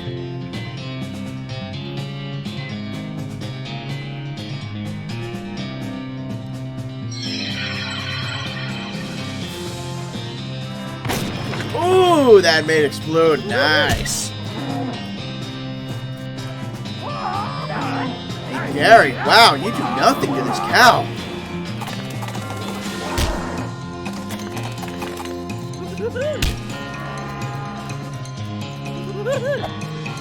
Oh, my mysticality is high enough to actually do some damage. Yes, thank you. Hey, dude.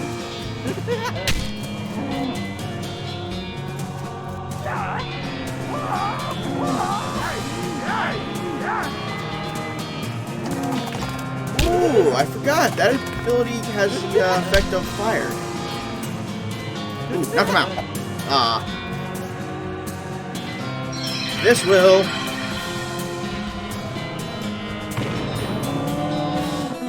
Victory! As predictable as ever, the clowns turn on you once you've helped them defeat the cows.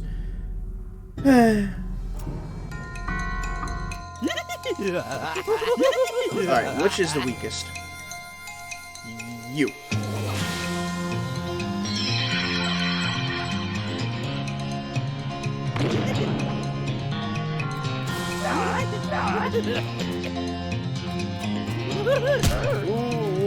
Okay, good. I was worried about if you do a lot of damage.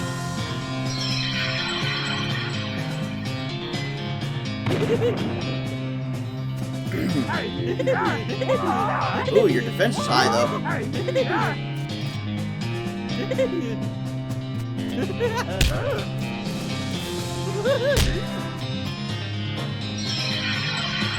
So I guess you were chatting like usual, Mike? Or were you hanging out with Kath and the others?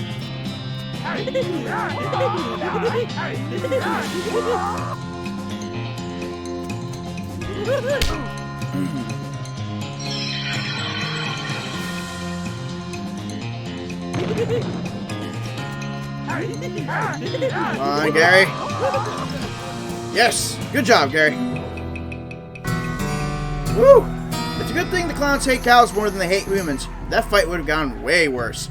Fortunately, it seems pretty unlikely that you run into any more animated leather-clad cow skeletons on your adventure. Right? Hooray! You approach the hide warily. Looks like it was too tan to be possessed? This must be the storage shed. It's locked, but maybe the key you found could open it? Oh, and there's someone hiding in here.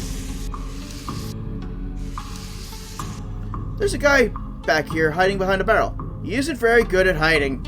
Talk to him. Hello? Oh, thank God. You aren't one of those horrible clowns. Nope, I'm Lloyd. Lloyd Bootstrap. I'm Grady Tanner. It's a good thing you arrived. I couldn't have held out for much longer. Are you actually a Tanner, or is that your surname? Well, both. What are you doing in here? Hiding. What I mean is, why are you hiding in here? Because I don't want to die. Look, what's your story? Well, I was scavenging for tanning materials. Cow's bane ain't as easy to get a hold of as it was in the old days. But while I was searching, those cows showed up, and those clowns showed up, so I locked myself in here to hide. What's cow's bane? It's an herb used for tanning leather. You can't grow it in large batches anymore because those cows show up and wreck the place. So there's other stuff we generally use for pig leather and so on. It's not as good though. Cows wreck your herb gardens? Yeah, if you're growing more than about a flower pot's worth, they get wind of it somehow. They hate the stuff. Can't figure out why. Here, I got a few extra seeds you can have. Be careful with them. How long have you been in here? 3 or 4 days. I'm starving. Cow's bane's poisonous, so I've been chewing on this old leather hat for sustenance. Seriously? Yep. Want some? No. Well, I took care of the clowns and the cows. Wonderful, thank you. As soon as I get a new shop set up, you can count on me for any leather goods you need. First one's on the house. You wouldn't have to know where I might set up a new shop, would you? What happened to your old shop? Care to guess? Cows. Yep. There's an empty lot in Dirtwater you could probably use. Great, I'll head right there. Thanks a million, partner. I owe you one. No problem. Let's go to Dirtwater.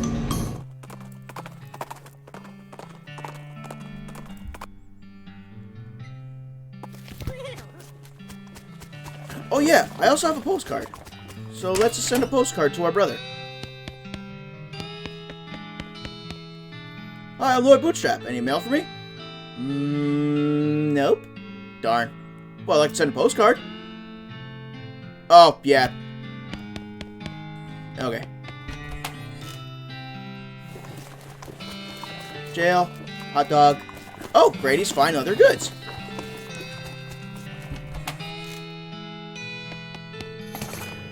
Well, hey there, Lloyd. Welcome to my shop. Looks like you've gotten yourself pretty set up. Set up pretty nicely. Sure have. Here, let me give you a little something as thanks for helping me out. Have a sharpening strop on the house. Sharpening strop? Oh, thanks. Just let me know if there's anything else I can do for you. Show me your goods. What do you got? Anything for Mr. Cowett? Well, there's spell power. But I'm still poor. Oh, wait a minute. I forgot. I wonder if I could sell those Next Mex books. I didn't want to hit that button.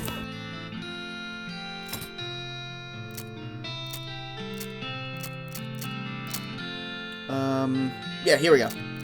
I don't need these books. Okay. What else I got?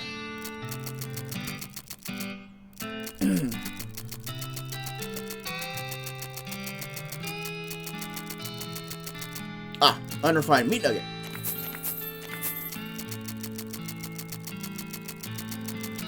Okay, that's good. Alright, flexible chaps. Like cooperative British wizard schoolboys, these chaps allow you to move more freely while you're doing magic. Give me them pants. Jump for joy for those pants. Alright, want to make sure that these are better. And I'm using miner's pants. Oh yeah, definitely better.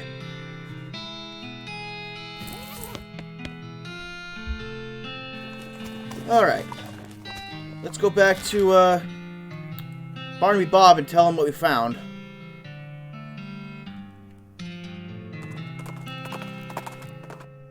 As the trail curves through a patch of marshy ground, you catch a whiff of something worse than swamp gas.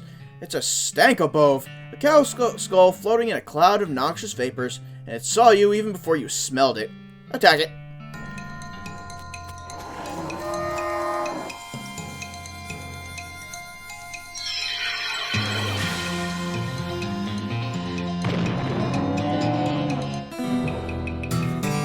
You really crushed that stinker.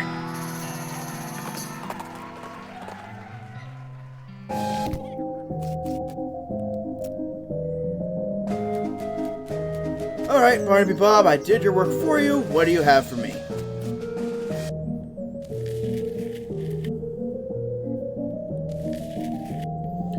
I have limited reserves of both time and patience, so I recommend you waste neither one, Lloyd Bootstrap. I checked out that tannery you mentioned. Did you now? And what did you discover? A bunch of animated cowhides, plus a whole cow skeleton with leather just sort of draped over it. They were not able to animate the leather? That's interesting, though not wholly unexpected. There's more to it. There was leather there that wasn't possessed, and we know if they could animate any old leather because of people's hats and stuff. I think it's just untanned hides. Well, now that is information worth knowing. How nice it is when an arrangement works out to mutual benefit. There's more where that came from if you could tell me more about this tanning process. There's a plant called cow's bane. They use it in the tanning leather. Apparently the cows hate it and attack anyone growing it. Fascinating. This valuable information indeed. If you could find me the sample or even a supply... Oh, wait. If you could find me a sample or even a supply, I will reward you handsomely. No, I'm not giving you the seeds. I've killed some cows, if you're interested in bounties. Yes, I will be delighted to pay you for proof of your kills, Lord Bootstrap. Let's see what you've brought me. Give a cow tongue. Well, yes, well, can't say I care for the manner of delivery, but I'll take it. Anything else? Another one? Give a pair of cow fangs. Well, now, this'll make a fine pair of cufflinks. My thanks. More cow fangs. More cow fangs. Give him a brass ring. Ah, the traditional carnival prize. Just dandy. Here you are. Give him a cow soul fragment. Well, now, check it out. This is a special find indeed. Well done, Lord Bootstrap. Man, he is making me rich. Here's the ungulate horn. Ah, now that's a trophy worth collecting. Well done. Give him the ungulate horn. Oh, wait. Okay, yeah. There you go. And I have about 1,700 meat. Not bad. Not bad. Now, wasn't I not able to buy some things? Where was it?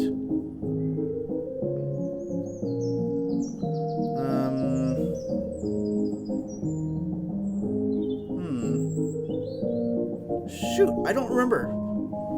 Where the heck was the, vendor?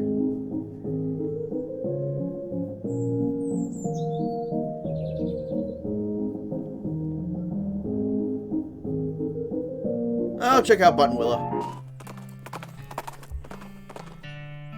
As you're riding toward your destination, a flash of color catches your eye. You're powered up, park your horse, and stop to investigate the source. It's one of those cacti with the rainbow-colored buttons on it. Leave it alone.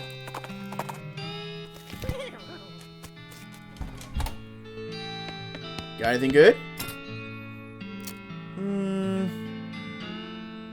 Well, I need a bar of soap since I used one.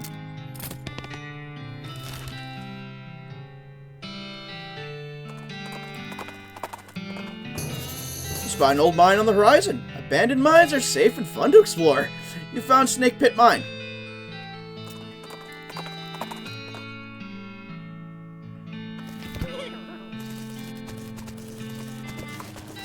Does the Mercantile have anything I can use?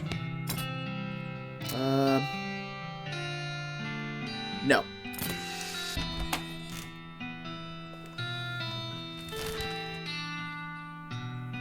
Oh well, I'll come across it when I come across it.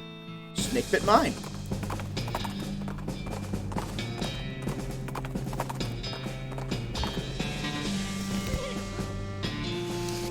It's a partner. Oh, a digging hole. Quite big. Much alike digging must be. Do goblins mine for metal? Some. Not much, not like humans digging it all up. But metal is full of many uses. Hitting with hammer, making better hammer. Sure. You look at the mining equipment. You have no idea what any of it does. I can explain it to Gary. Explain it to Gary. Hey, Gary. What? I just wanted to tell you about this mining stuff. Okay. So this first machine here, this is an automatic rock flattener. Gary stares at you blankly. Move on to the next machine. And this thing over here, this is used to extract loose silver and then crush it? Gary sighs. Keep going. And this third machine is a wet coke separator? It converts resin into metamorphic dust. You got a perk. Mindsplainer. Gary grins. Now to finishing? Yes. What the heck is that? What is Mindsplainer?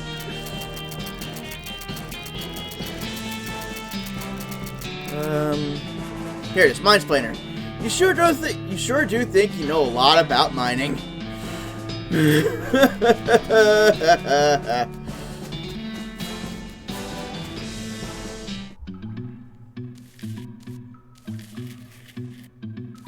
can see a snake coiled up in a little hole. Pull it out and punch it.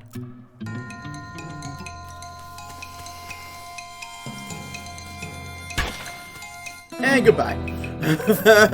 Nice work dispatching that snake. Oh, and I can skin it. Nice.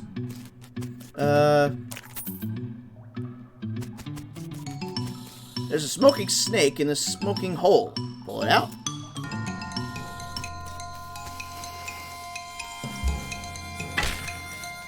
Victory! You really smoked that snake. I mean, you didn't smoke it like you'd smoke a cheroot. You just smoked it figuratively. I guess a cheroot is a cigar? Oh, you sense a deposit of bean iron. Mine it. Oh, wait, what's this? Got kerosene, can of oil. Oh, what's this? A lodestone ring. Lodestone is a rare mineral that is magnetically attracted to meat. It's a real treasure to a prospector and a real nuisance to a butcher. 20% to meat gains? Yes, please. Thank you. Take that. This den is full of snake eggs. Pull them out. I guess Great Northern Blizzard? Yeah. That's nice. Nice work dispatching those snakes. There's not a skin on any of them to be worth collecting. Hooray! And so I left the pickaxe, meat vein, and that's it.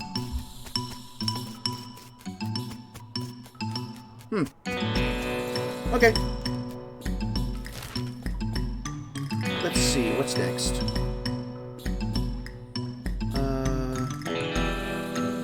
Oh yeah, the book. You happen across an unexpected crate. By unexpected, I'm referring to its location, not its condition, which is nailed shut. I don't know what you'd expect to find in there, but here's what it was. Handful of nails and a length of rope. I hope that meets your crate expectations.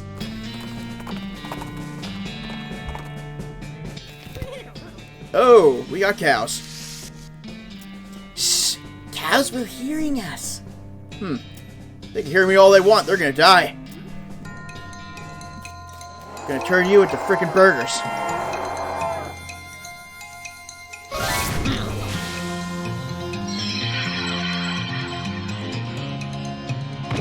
Oh wow, these guys' health is puny. Good job, Gary. What's my bean guy do? Only 20? That's it? Nice job. You insisted that those little doggies get along. You got tainted beefsteak and smoldering leather. Wow, wait, what did I say? Wow, this place has really been blown to pieces. There used to be an undestroyed bookshelf, but not anymore. Scavenge. Got an item. The Diary of Alexandria. Small diary. It's crispy around the edges, and it smells like gunpowder. You flip through the diary. Most of it's uneventful, describing the life of a woman who likes books and isn't interested in much else. It ends with a passage about a soldier from the nearby fort warning her about some kind of danger he wouldn't specify. So she moved her most valuable books to the cellar and took the ordinary precautions, e.g. boarding up the windows and not leaving the house at night. Turns out that isn't much good against cannonballs. Heap of smoldering books. Overdue Brentwood book. A mostly destroyed bookshelf. You managed to extract one non-destroyed book from the collection. Advanced Beancraft. Yes. Yes, yes, yes. What does it give me? Beanwall, Wary, and Uncanny Presence. I'll take the Uncanny Presence for defense. You read the poem and briefly lose consciousness. You got Uncanny Presence. When you come to, you look in the margins of the book and see that the poem has been replaced with a crude drawing of you. Horrified, you destroy the book. Just in case. It's a solid steel vault door. It's half a cannonball. The front half. You pick up the cannonball and inspect it. There's an inscription that you can mostly read. It says the cannonball came from Fort Treason. And it's got the address stamped right on the surface. This bombardment was done by the army. The horror. Okay, so. Okay, it's right here. There's an open grave here, which is a little weird. Maybe they forgot to bring the body and had to go get it? Man, I bet that would be really embarrassing. Jump in and see what you find. I got gold skull and a handful of old coins.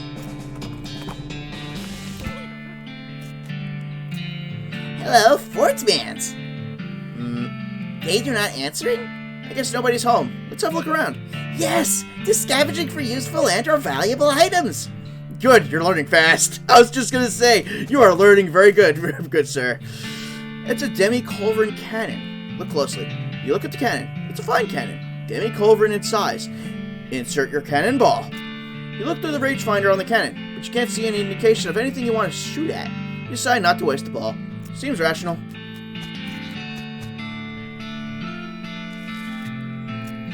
Every soldier man is gone. I'll poke around and see if I can figure out what happened. Yes, Gary will be waiting here. Cool.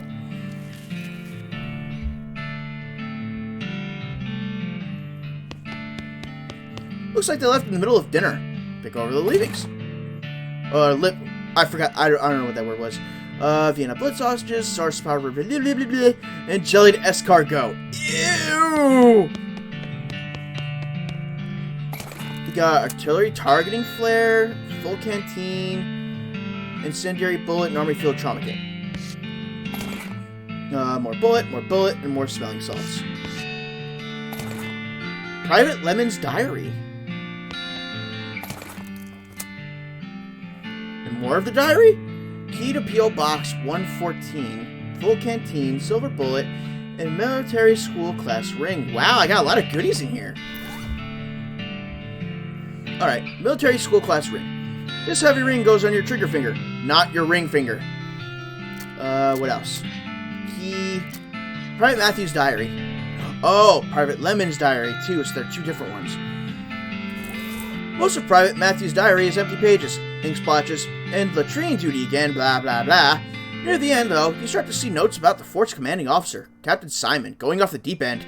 As Matthew puts it, being stuck out here in the middle of nowhere doing nothing is driving the captain friggin' bug nuts. When the captain eventually decided that a nearby ranch, occupied by a solitary woman and her book collection, was actually an enemy spy outpost, Matthew felt compelled to warn the woman, but was too worried about getting court-martialed to give her any specific details of the looming threat. In an attempt to prevent an imminent cannon bombardment of the ranch, Matthew stole some ballistic charts and hid them in a post office box storing a shore leave in Dirtwater. This place doesn't have any damn shore, he comments. What the hell? Unfortunately, the cannons had already been calibrated, and when Matthew returned to camp, he discovered the shelling had already begun. In his last entry, he declares his intention to start a mutiny, but the diary ends there with no conclusion to the story. Interesting. What's the other diary? Private Lemon's diary is pretty dry and not very interesting. Just a list of the day-to-day duties of a straight-laced soldier up in the hills without anything to fight. Toward the end, though, it starts to mention their commanding officer, Captain Simon, becoming increasingly agitated and convinced that a nearby ranch was being used as a spy outpost. Lemon doesn't sound convinced, but as one annoyingly vague entry puts it, orders are orders. The last few entries have to do with dissent in the ranks and the possibility of mutiny. the thought of which Lemon abhors. The rest of the pages are blank. What else did I get? Oh yeah, the jelly dust cargo. This is a can of garden variety garden snails, preserved and suspended in a gelatinous ooze. Yum! It is not yum, it is absolutely disgusting. This must have been where they stored all the fire. Okay. I got a flare. Maybe that's what I need for the cannon? Like it needs a target? There we go. Let's try that. You cross paths with Wandering Sally again. Howdy, Lloyd. Interested in trading? You bet. Give me some upgrades, girl. Let's see. Ooh, dynamite. I'll take that. Excuse me.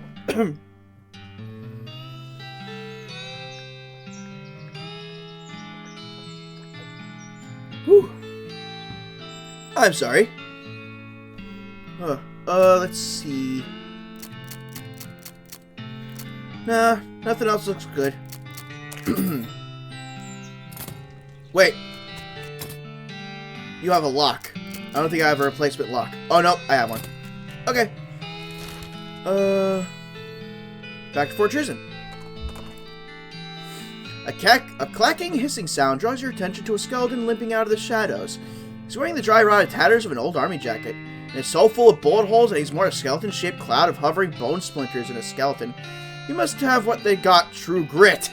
Outfox him. Wait, I didn't see that. Wait, hold on. This is impossible. I mean, look at you. I'm willing to suspend disbelief for other skeletons because of, like, dried out ligaments and so on, but there's no way you're holding together enough to stand up, let alone walk. Look at that femur. It's broken right through in 3 different places. The skeleton looks down at the shattered bones, and while he's distracted, you quickly push him over and jump up and down until his fragments stop trying to move. You got a coccyx with a hole in it. I got a skeleton's butthole. Woo!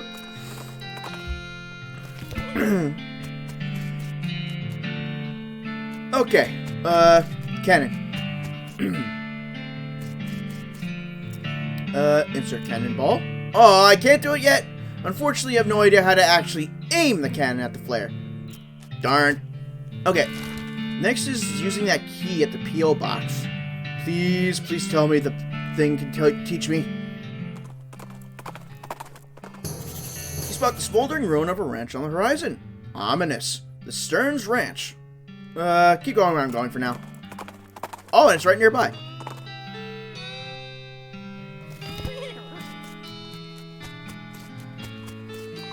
Okay. P.O. box, give me something good. Open the box. You got an item. Fort Treason ballistics chart. Let's see. This is a chart for army guides that explains how to more effectively destroy things from a distance. Yes! This chart is full of details on the precision firing of a demi-culverin artillery cannon. You know what? I bet that cannon could blow up the vault door at Alexandria Ranch open if you could figure out a way to target it. Good idea. Because I already did it. Stearns Ranch. What is here? Ooh, hey. Ooh, angry cows haven't been here seeming. Do you guys get much trouble from the cows? Some, not like our ranches do, mostly leaving us alone. But a running is in they happening so mean, very angry, very fireful. Yeah, no kidding. Wow, this house is thoroughly destroyed. Ooh, it's great. Got ranch dressing, depressed rancher candy, and a rancher's pistol. Between the smoke and the noise, you're guessing that the contents of this outhouse are more dangerous than average outhouse contents. Oh, okay. I wasn't expecting a fight. The outhouse is now safe as houses. Outhouses. By the soft light of the fading embers, you see a glint of light from below. You hold your nose with one hand as you fish out your prize with the other. You got a toilet pistol. Hooray, I gotta read this. This pistol is pretty comprehensively toileted up. Mary Stearns. Gwendolyn Stearns. Jethro Stearns. Looks like Jethro's bones were dug up by some varmint or another. Search him. You find a charred locket among the blackened bones. You got charred locket. You should call it a locket on account of how it was lucky to escape that fire. The lock on this locket reminds you why they call it a locket. Pick the locket. You got an item. Picture of Mary Stearns.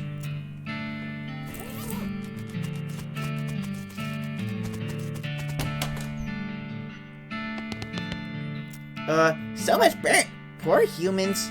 I wonder who buried the bodies. Not cows. This is obvious. No, probably a neighbor, I guess. Is there anything in here? Oh, there's still some beans in this pot. Blackened beans. It's a lockbox. True to its name, it's locked. Oh, I got a document. Stock certificate. This is a certificate entitling the bearer to 42 shares of Popular Hatchet Industries, a company based in Boston. Just sell it. That's it. Ooh, books. Mary Stearns' diary. The first page says in a little girl's handwriting, "This is the diary of Mary Stearns. The AI and dairy are crossed out, and IA written above them." The diary starts out as typical kid stuff. You'll flip ahead until you notice the writing getting shakier. Found a dolly under a cactus out back, and she told me her name was Gracie, or Grace. Mama and Papa don't believe me that she talks. They say I got a big imagination. Grace says the cows are going to get us, but Papa says, well, be okay, because this weren't never a cow ranch. Grace says he's wrong, but Papa won't believe me. Grace says she can keep the cows away, but I have to play tea party with her. Keep reading. I don't like this kind of tea party, but Grace says it's important to keep the cows away. Mama was sad they couldn't find Effie. Papa said she's been gone so long they think they should put up a cross, but Mama won't let him because she thinks she'll come back. Papa said she's only 11. How far could she have gone? And Mama started crying again. Don't want to play tea party anymore, but Grace says I has to. Papa was out 2 days looking for Joey, but of course didn't find him. Mama cries so much. I tried to tell her him and Effie are helping keeping the cows away, but she don't understand. Oh, welcome back, Lloyd. Welcome back, Mike. Wow, I combined Mike and Lloyd together. I'm doing okay. I hope you're doing okay, too. I told Grace I'm not playing tea party again, but she says I gotta if I don't want cows to eat all three of us. You said either I get Mama or Papa to play, or else I gotta play by myself. That's the last entry. The toy box contains a single object, a creepy, burnt porcelain doll. Talk to it. It's the work of a moment to fix the doll's voice box. Pull the string. You pull the string. The doll's eyes roll back into its head, and its mouth begins to move. Hi, I'm Grace. What's your name? I'm Lloyd. Hi, Lloyd. You're nice. Do you want to play with me? Yes, let's play. Hooray! Mary used to play with me, but we didn't get to finish our tea party before she went away. Will you help me finish it? Surely. Hooray! The game is almost over. Mary did such a good job. The doll's eyes roll back forward. Go downstairs and get my cup. Do you know the magic word to make the mean cow let you go into a secret room? No, what is it? The magic word is peanut butter. The doll goes silent. Got it, peanut butter. You stutter as you realize that talking dolls haven't been invented yet. Spooky.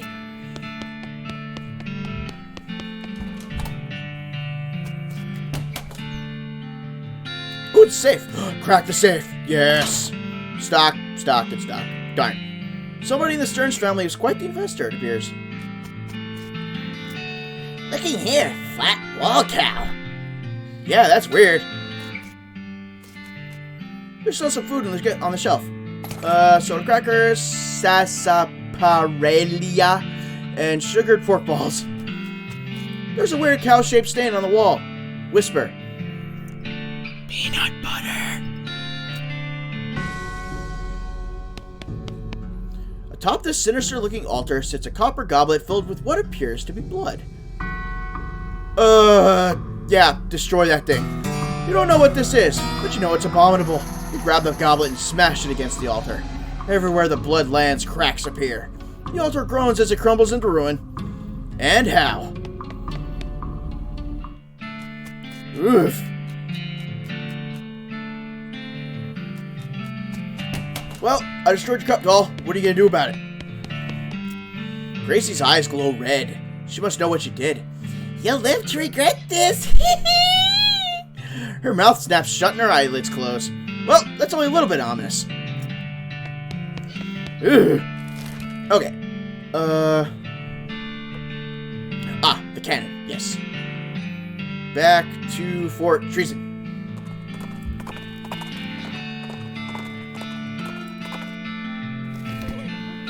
Cannon. Insert your cannonball. You consult the ballistics chart and turn the little knobs and cranks and stuff to the appropriate places. You root around your pack and find a match. Light it up! Boom! If that didn't open that vault door, then those grapes are probably sour anyway. Hooray!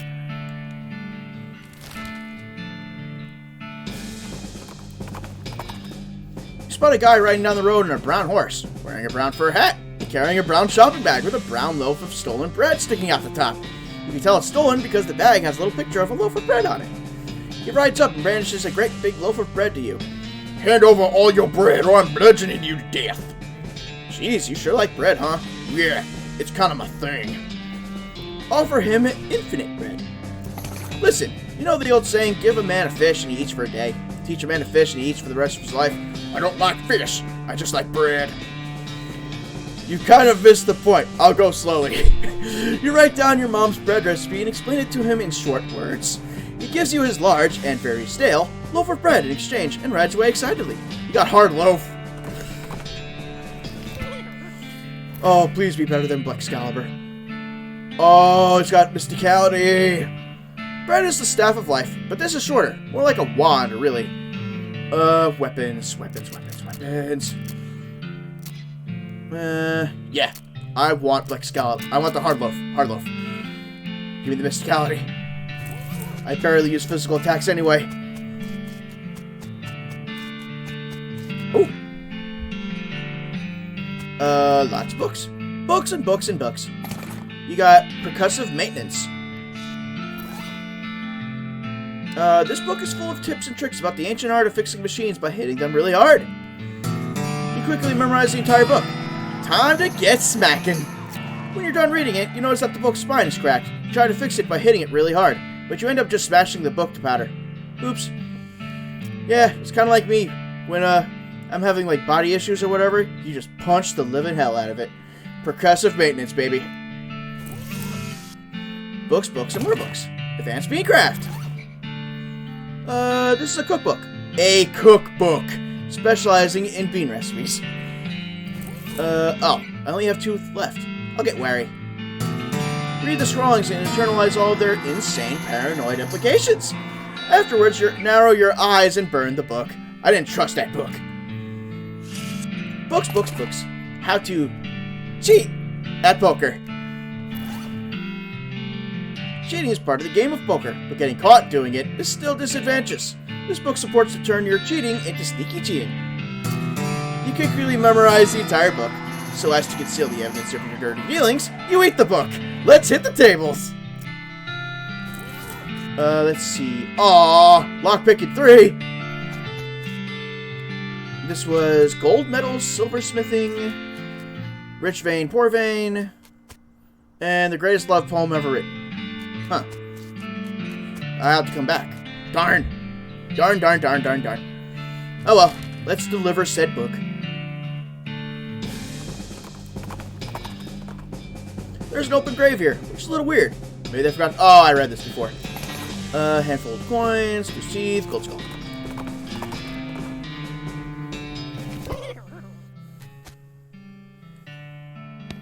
Found your stupid book.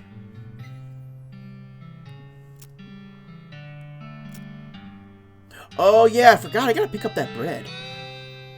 Were you able to find that missing library book? Well, half of it. Well, that's a real bagel biter.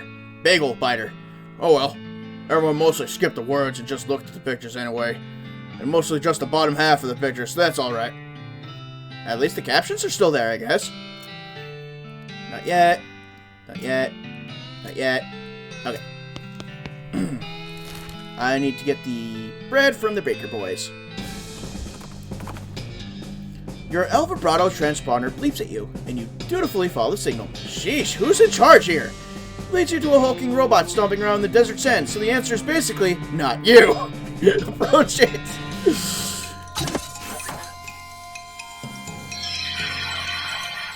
Ooh, this El Vibrato text got some meat. And it's funny because it's a robot, so it has them. And Gary, you're so weak. Why are you so weak?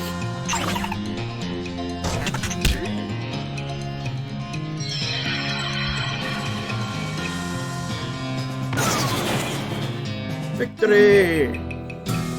You won. Maybe you are the one in charge after all. Ooh, and I have enough scraps. I'm gonna have to go to see the professor. Did you guys make bread? You see Louis Lathrop busily baking bread. Billy Baker hops to his feet as you enter. Hey, thanks for sending Louise over. She knows a ton about baking. Oh, wrong guy. Hey, thanks for sending Louise over. She knows a ton about baking. Yeah, we're gonna be major league bakers with her around. No problem, fellas. Let me grab enough bread to settle things with the mayor, and we'll call it square. 40 loaves of bread. All's well that ends well. Aw, she's so happy. Oh, hi. Thanks so much for all your help. Nice. It's a shame you're not moving into town, but nice. Your El Vibrato transponder thingy bleeps, and you follow the bleeps to a shallow cave that you think might be a bear den. Fortunately, the bear isn't in right now, so you find a weird crate at the back. You poke at the crate until you find the button that makes it open. Presumably, the bear won't miss this stuff.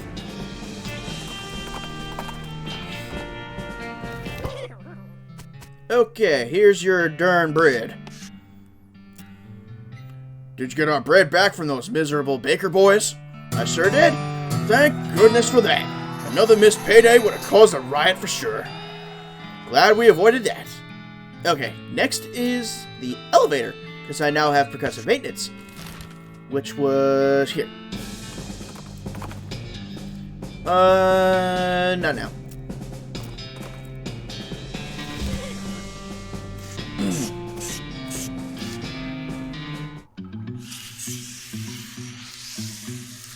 Okay, I already collected that soup. That soup. Oh, what's this? There's a diary under the crude pillow of this bedroll. Entry 1. This mine is the worst. It sucks so bad here. I have been in some lousy mines, but this one really takes the cake. Everything smells like soup. The walls are slick with it. I swear I can feel it getting into my pores. If I went to a doctor for a blood test, he'd probably tell me my blood is tomato basil bisque or whatever. We finally managed to get deep enough to hear the master, but it turned out the dang soup table is higher than we thought. We're spending 90% of our time bailing the stuff out and only 10% digging. I've got noodles in my boots. I hate this so much. Now the damn elevator's busted. It was always making a rattling noise and the guys off shift couldn't sleep. That finally stopped, but it stopped because the elevator itself stopped and can't move it at all. Why have we even set up camp here? I had to spend the whole day scrounging around to find replacement 137-59 23-pound compression spring for repairs. We'll install them tomorrow. Please tell me that I was supposed to find that first. Boss says we're giving up here and heading into a real deep mine they found up northwest. It's a shame we wasted all this work, but hot damn, it'll be good to get away from this soup. I will never eat soup again in my life. Got the springs installed properly, put the strongest behind the shortest bolt, and so on. There's no time to wrench everything down. Gotta pack. Not like the elevator matters much anymore. I really hope I don't screw up again and forget my diary here when it's time to leave. I don't think I've ever managed to fill in more than 10 pages in the same diary. Bad news, you forgot your diary. Smack the elevator into shape. You smack the elevator in the exact right spot to correctly position all 3 of the bolts. All in a day's work.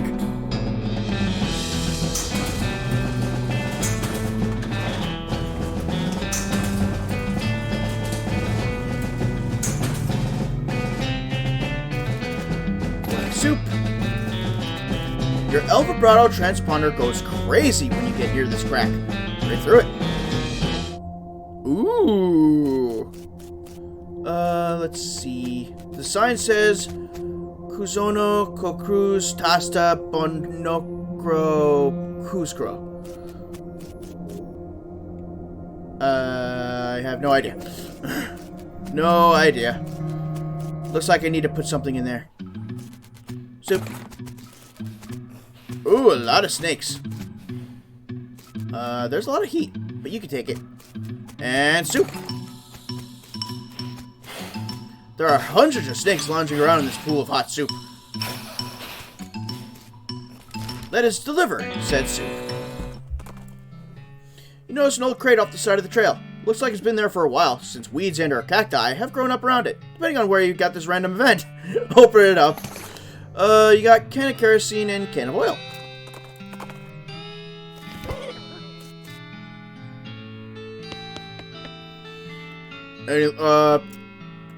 No. Bring back the suit. I need all 5 bowls filled, mind. Got them right here? You're a real lifesaver. I was about ready to gnaw my own beard off. That'd be a shame. It is a shame. He's got a really nice mustache / beard, I guess.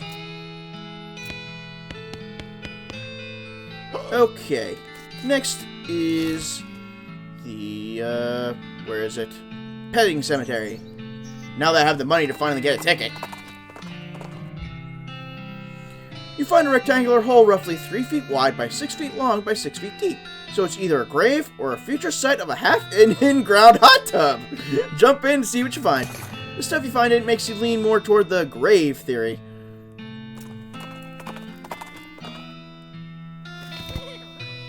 Here's your dirty money. Interested in a membership, fella? Pay. I suppose. Wonderful. Just hold still for a second while I memorize your face. Uh-huh. Okay. Go right on in, and thanks for your patronage. You're welcome.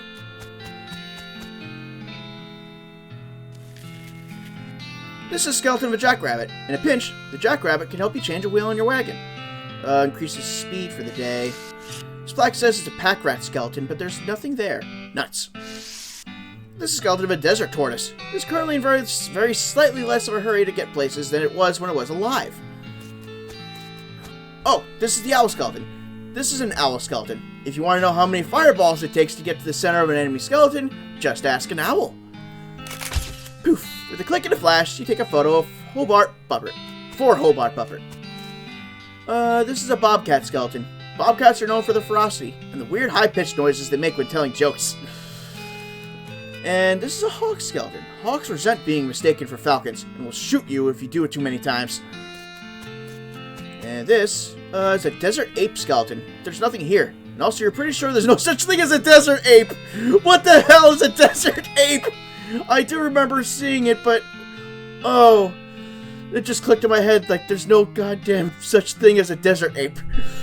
Where was it? Kellogg Ranch. An odd flash of light nearby prompts you to stop and investigate. You discover a goblin with a strange hinged board covered with shiny foil, which they're using to reflect sunlight onto a pair of leather boots. Hey, hello. What doing? Tanning. I'm a tanner. Talk to it. You are tanning boots? Yes. Son, making very tan. I don't think that's how it works, but I guess you're the expert. What? Offer to buy the boots. Are these boots for selling? Oh yes, we'll sell boots for 250 meats. Buy the boots. You purchase the boots from the goblin, who seems very excited to have made a sale. Overly tanned boots. What do they do? These boots have been so comprehensively tanned that they're more tan than boot at this point. Oh, this sells for 200. I can make most of my money back. I think it's in here. Yep, here it is. I'll take this. You fold up the ape skeleton and stuff it in your pocket? What?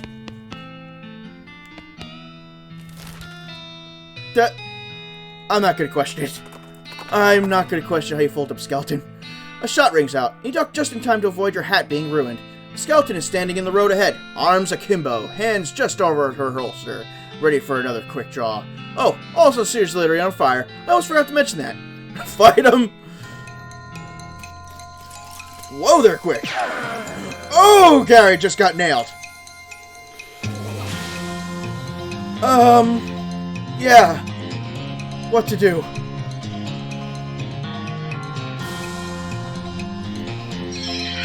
Provided you don't kill me in one blow, I should be safe.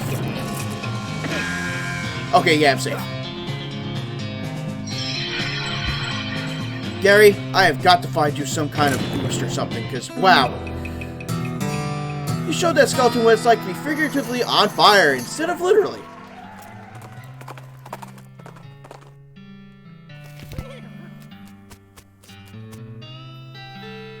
Okay, not there. This way.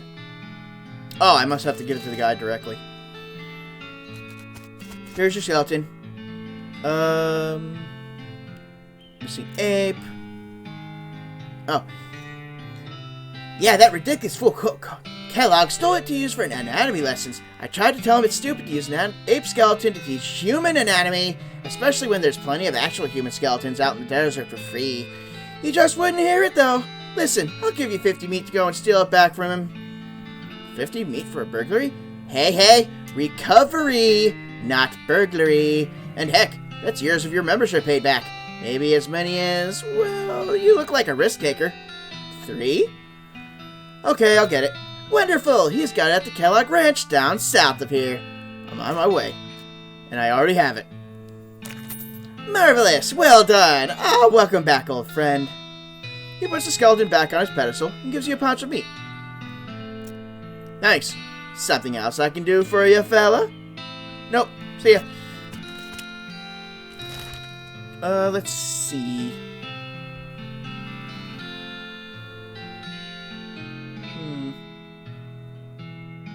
Old Schmaltz Brewery. Yeah, because he wants his yeast back.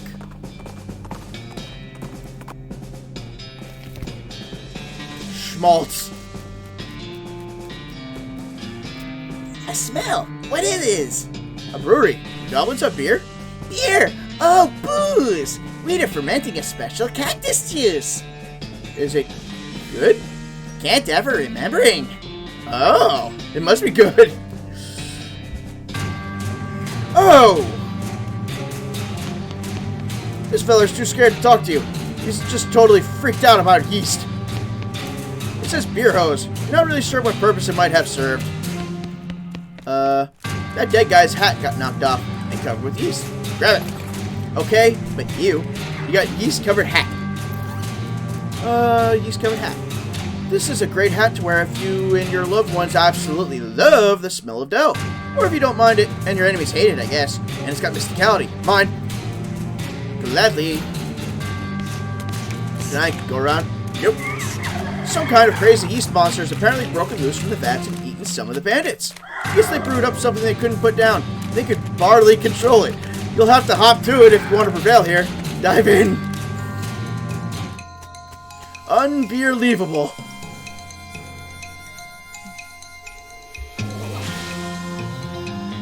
Okay. Alright, this is pretty simple. Just 2 of these shots to do it. Gary, you gonna suck? Yeah, you're gonna suck.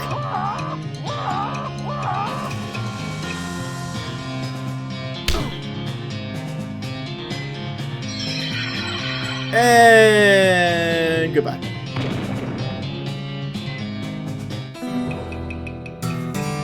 Beat the yeast beast to a pulp.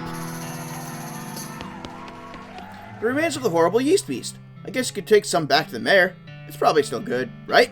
Sure. You plop a big old glob of yeast into your pack. Half a ton of yeast. So, this whole yeast theft biz doesn't seem to have gone well for you guys. Yeah, no, oh jeez, are you a bounty hunter? Relax, the mayor just wants his yeast back. He didn't say anything about hauling you in. Woo, okay, well, the yeast is in that revolting pile. So what happened here? Well, we got bored of bread is all. I know a bit about brewing. We figured if we come back with a couple of kegs, nobody would mind so much that we stole the yeast. No offense, but it seems like you aren't much of a brewer. Hey! Well, ideally. You wouldn't end up with such a ravenous yeast monster. That was my... Okay, well, I guess it was my fault. But I understand what happened. These vats are old. We didn't clean them properly first, because we were in a hurry. I think there were some frogs living in one of them. And you figured you could use the extra hops? If you're sure you've got it figured out, you could set up shop in Dirtwater. Oh? Yeah, it's turning into quite a little metropolis. I'd love to have my own place. Okay, I'll go check it out. Take your leave. There are 3 cans of beer left. 3 cans of beer on the wall, 3 cans of beer. Take them all down, put them in your bag instead of singing the rest of the song about beer.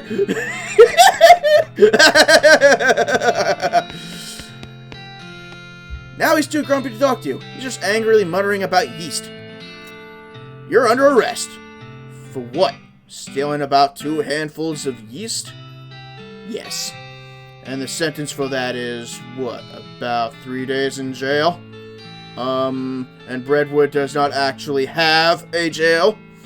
Alright, I'll let you off with a warning this time. Jerk.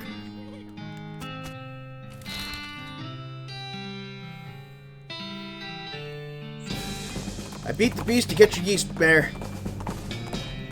Just don't question how you're gonna be getting it, because you're getting it. Here you go. Any luck on recovering our yeast from those bandits up at the old Schmaltz Brewery? Yep. Well done. That's quite a help, thank you. Happy to help. Logging permit, cemetery. Okay, take your leave. Maybe I could talk to that one guy now and I have enough, of whatever. I forget what I specifically needed. Fort Memorial. You see a splash of color out of the corner of your eye, and it turns out to be a giant multicolored banner hung across the front of an old army fort. You found Fort of Darkness. I'm curious.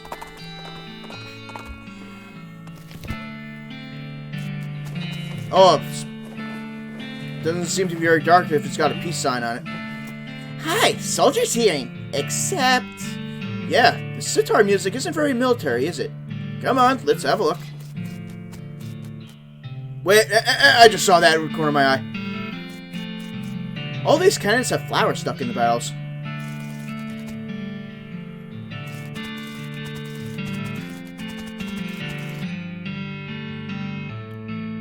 They are tripping on something. Oh dear. This guy seems to be in a daze, looking around uncomprehendedly at the boots and cobbler's tools around him. Hi there. These are some pretty cool boots you've made. Are they for sale? Huh? Oh, no. I mean, I'd like to sell some to you, but they aren't mine. You didn't make them? It's funny how everyone assumes that, but no, these were all made by elves. Elves? Yeah, man, like little elf guys. They're hard to see, like just out of the corner of your eye, you know? But I'd be just kind of standing here and just kind of...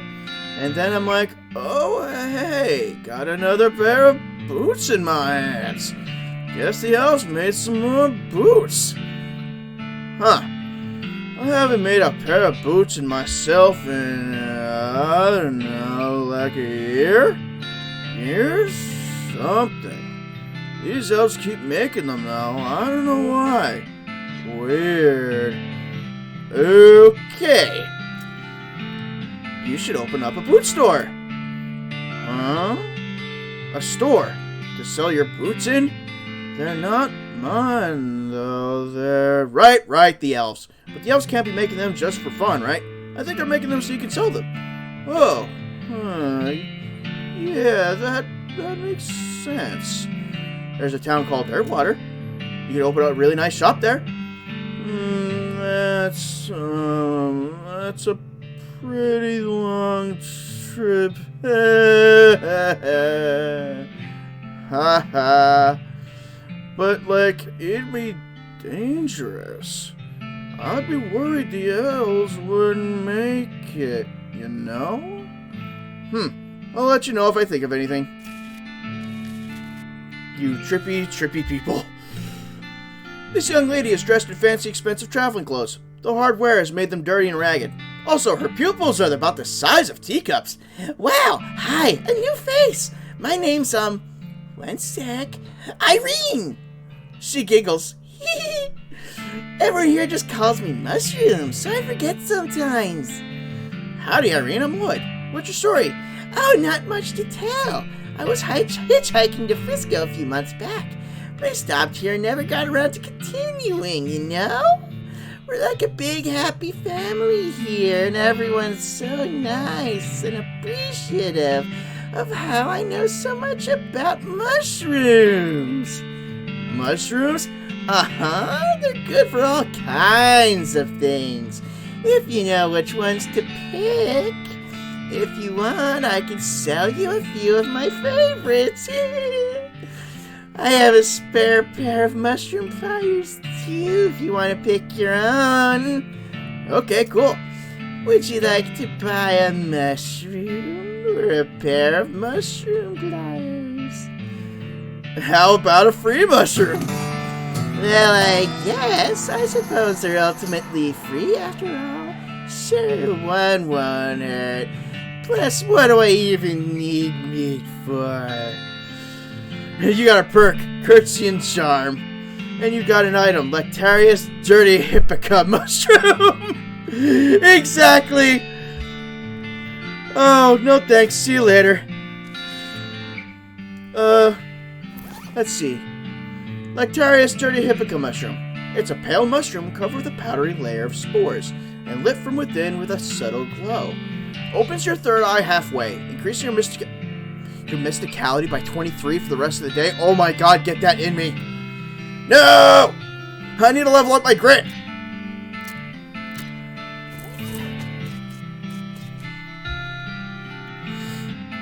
And these guys are everyone here is a freaking trippy hippie, aren't they?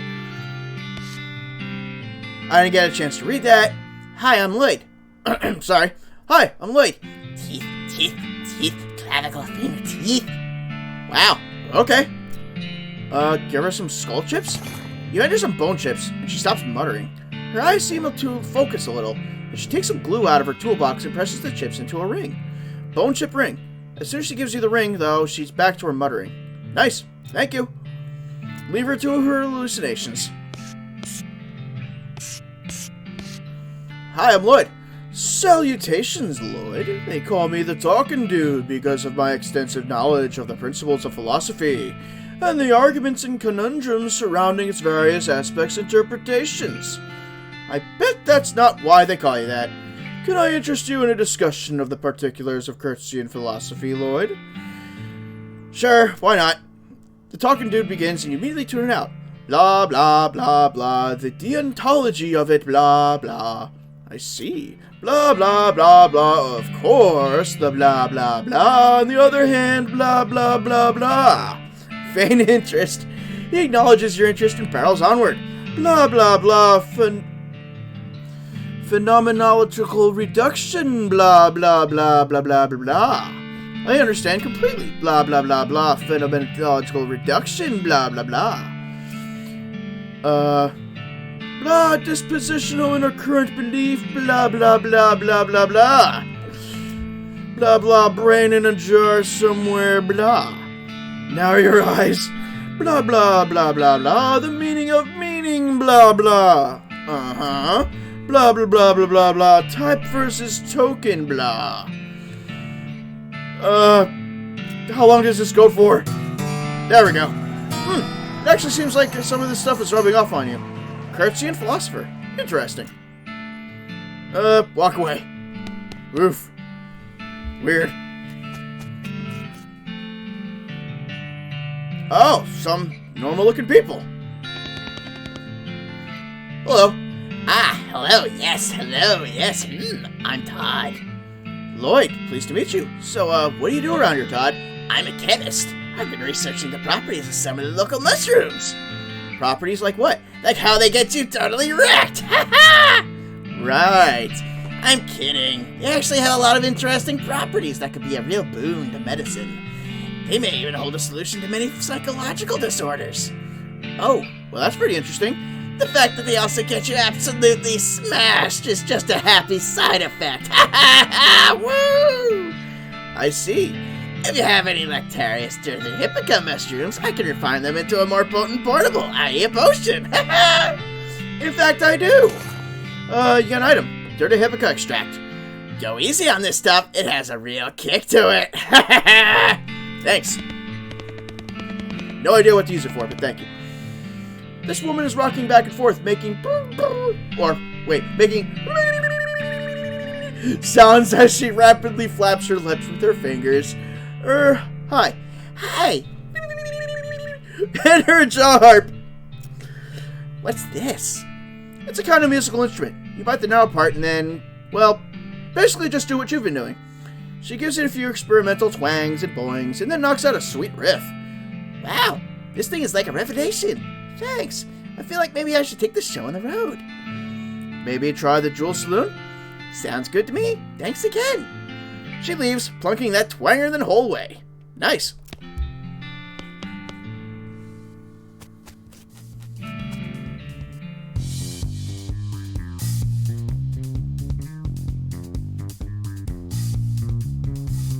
It's awfully funky in here. Just gonna rock out for a bit.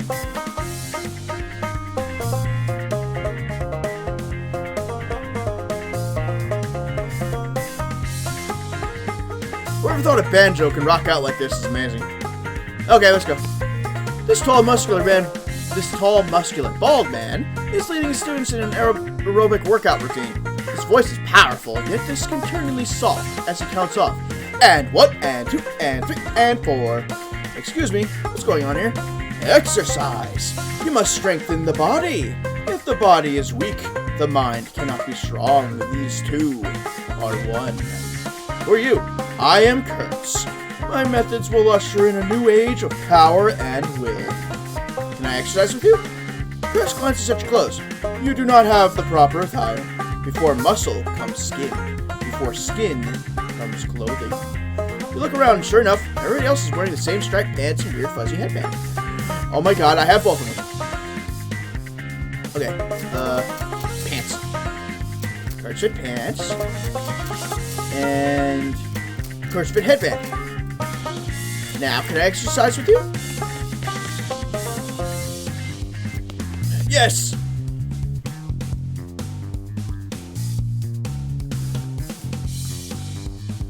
That one guy does not look like he's having a good time.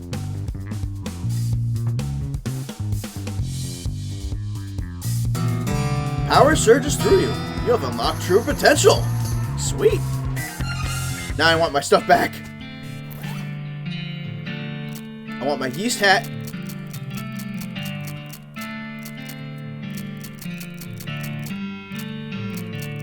I want my flexible chaps.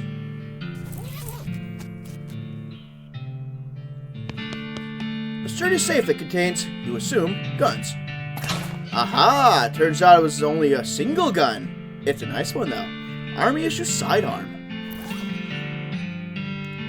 The Army sure did know how to make a stylish gun. Just look at it. Elegance you can really shoot a guy with. What's my current pistol?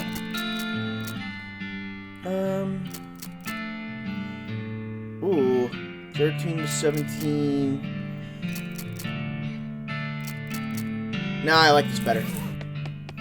One of the drawers of this cabinet is open a crack. The last entry says she was buried in plot 420 of the military cemetery up north. Ooh, I'll have to make a note of that. It's a bunch of military manuals. They all look too complicated for you, except for one. Cannon loading for idiots! This is a book about how to load a cannon, written at a reading level that is more or less equivalent to literacy. This book is so rudimentary that it's insulting to your intelligence, even though you almost know nothing about loading cannons. But I already loaded a cannon. Pry open. Got military-grade whiskey and smelling salts. Got silver bullet smelling salts. A big old pile of military supplies. The crates aren't even sealed. Okay, I was going to Fort Memorial. Your travels are interrupted by a fairly disturbing sight. A skeleton covered with weird glowing mushrooms, which is shambling towards you and making angry hissing sounds and weird gestures. Hiss! Weird. Is that a goblin skeleton or something? Yes, now! I was just thinking, you know, because of the mushrooms. Yes, can see that, but no. Fight him.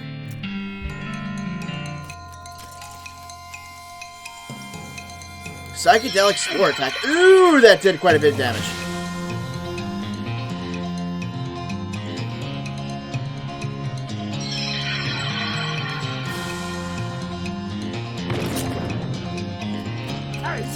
Okay, Gary's doing decent damage. Thank you.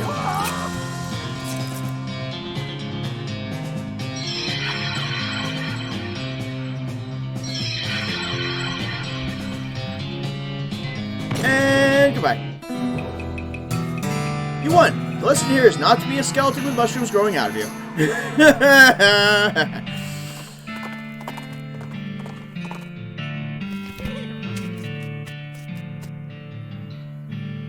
Alright, now will you go do your damn job? Hey, Jeff. Hey, No, you still won't do your job! Why? Let's see. Curious Copes. Oh, and I keep forgetting. I have to go back to the professor. Your transponder bleeps, and this signal leads you to one of those El Vibrato robots, which is basically just doing aimless donuts around a forest clearing.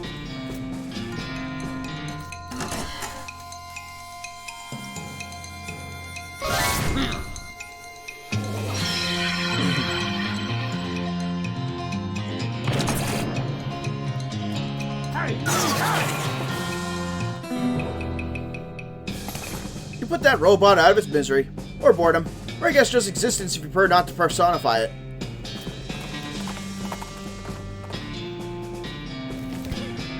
Ooh, a lot of trees here. looking at all these trees.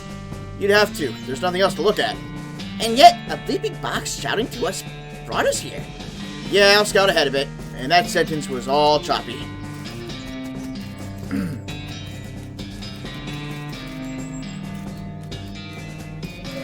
Oh, this thing looks pretty tough and pretty attentive.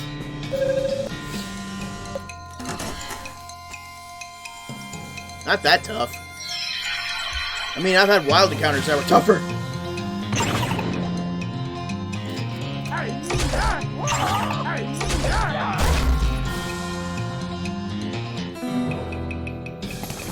You put an end to that crazy machine's centuries-long reign of terror. Or, reign of beauty, I guess? It's really just minding its own business.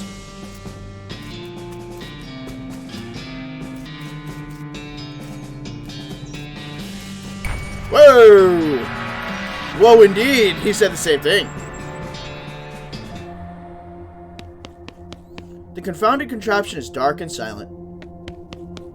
This machine is not switched on, but has an empty coffee cup in it. And the monolith is dark. Darn it! I can't do anything in here. Alright, let's go to the professor. See if these scraps will be helpful in some way.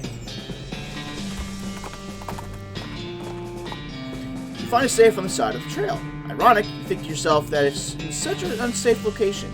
You hop down from Mudsdale to find that the safe is locked. In addition to being closed, which you could tell it was from horseback. Ooh, I got money!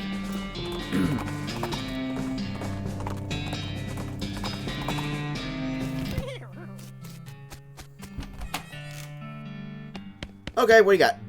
Good to see you again. Have you got those 5 piles of scrap yet? Yep, got 'em right here. He ambles over to a strange contraption in the corner of the room and begins to tinker. Great! Let me just... Yep, okay. This'll do the trick. Let me just get this running and then you'll be able to grab a keystone from it. It'll take another 5 scrap for each one. Are you familiar with the Lost Dutch Oven Mine? Grim place. But that's where I found this chassis for that fabricator. Wedged behind an unusual pile of rocks. Seems like a good place to start hunting. Alright, I'm on it. Fabricate key. And Lost Dutch Oven Mine. Here it is. You came across a goblin marching around the woods. They're taller than a typical goblin, probably because their boots are taller than typical goblin boots. In fact, these boots are so tall, they must be half stuffed with socks to keep the tops from jamming the goblin in the groin. The goblin sees you and barges over, attempting to look intimidating instead of awkward. Hey, human! Hey, what you doing in this place? This my ground is stomping. Do you mean your stomping grounds? What? Talk to it. Your boots, which are very tall, I am seeing. Yes, tall boots to having, so tall am I. That's cool, but they are uncomfortable seeming very. I to having no sensation in my feet now, so this is fine. Help it with its feet problem. Wait, to waiting? Your feet, you cannot be feeling? Perhaps they have leaving entirely. Okay, that's bad. Oh? Let me have a looking. You don't know much about goblin physiology, but you're pretty sure their feet shouldn't be brown when the rest of them is green. It takes some doing, but you eventually manage to convince the goblin that it probably shouldn't wear those boots until they can be altered to fit it properly, and bandage it up a bit. Send it on its way. The goblin thanks you and gives you some meat in exchange for your medical services before hobbling away. Oh, I don't get the boots? I want those supersized boots!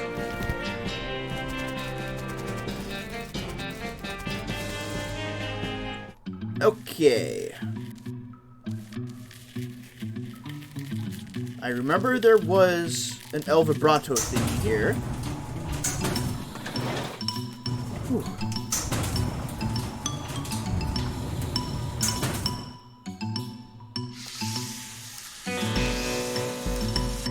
And there's you.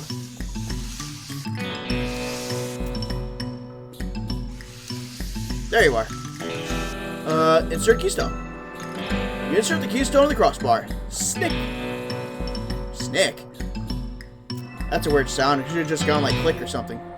It says no korokro paka no nokbe seve som cholacho puchazeve.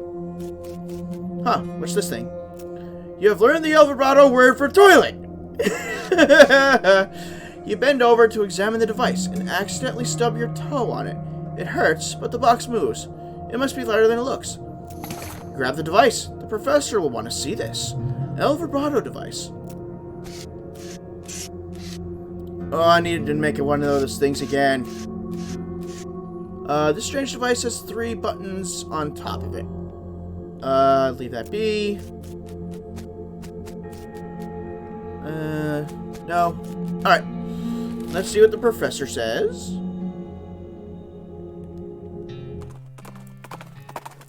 Hey, Ruru! Finally you managed to see me live. How are you? Oh, you got cross paths with Wander and Sally again. Howdy, Lloyd. Interested in trading? You bet. Please tell me you got something I can use. Or is it going to be the same crud again? It's going to be the same crud again. Darn it. Darn, darn, darn.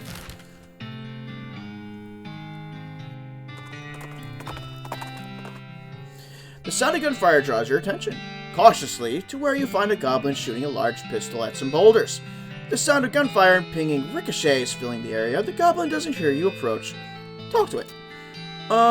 You are to excusing me? Oh, yes, hello. What? Hello? The rocks. Why to shooting them? For practices, the cracks and rocks to shooting for a crack shot. To seeing. I'll fox them. This pistol. Where are you getting at? I am making them out of things. To seeing it, can I? Sure. You inspect the pistol wielded together out of scrap metal and are frankly amazed that it fires. Can I, to suggesting? Yes, yes. If you hit this rust removing, a gun better to shooting, I am thinking. I am agreeing, only how to? I could probably. Yeah, I'm doing alright today. Let's see. I could probably be cleaning with magic, but for the money. Sure, okay, I'm having that. The only rust removal spell you know is designed for cleaning corroded cookware, but it works well enough. The goblin, delighted, gives you some meat.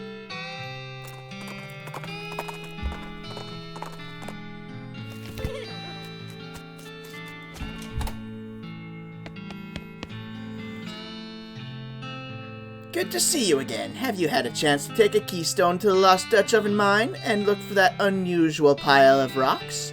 You can always make a keystone with 5 or more vibrato scrap in that machine over there. I have indeed. Oh, did you find anything interesting? Show him the strange device. Hey, Professor, I found a thing. Great! Let's see. Aha! Marvelous find! This device makes batteries. Or will, once I fixed it. Batteries? Yep, the Overbrochans power their portable equipment with little electric marbles, like the one I put in your transponder. I'm sure I don't have to tell you, a regular source of those would be incredibly useful. Awesome. Fabricate a battery. And I can use that battery back in the mine.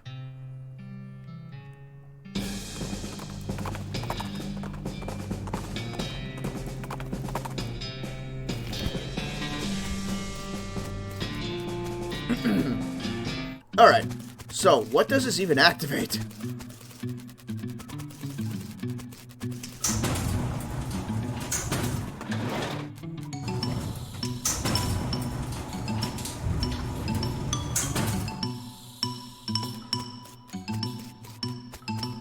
Sorry, guy. Still don't know how to help you.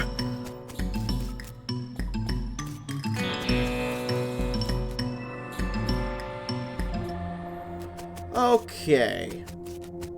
The monolith is dark. Insert battery. You insert the battery into the monolith, and it springs to life. Everything goes blue for a second. Gain effect. Energized. You learn the Elverado word for insert, and learn the word for bracelet. Machine is still dark.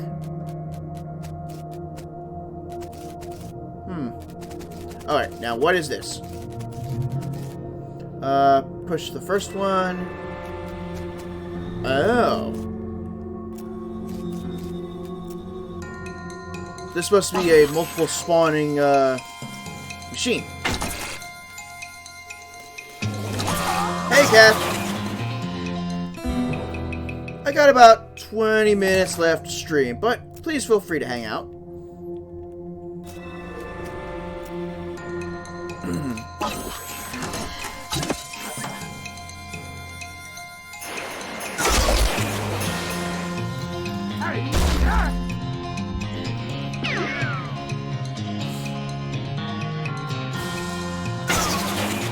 Should be giving enough scrap. I think so. Let's do one more of the second one.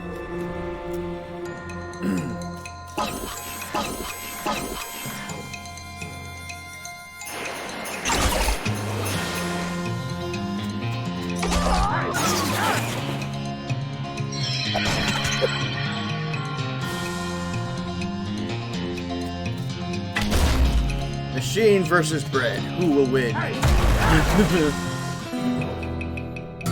Okay. This, oh, my grit goes up. I got scraps. And, oh, I got a keystone! I don't have to go back. Let's see. An Elverado loop. It's a large loop of that weird Elverado material. Slightly bigger around than your head. Huh. I wonder if I can give it to that guy outside.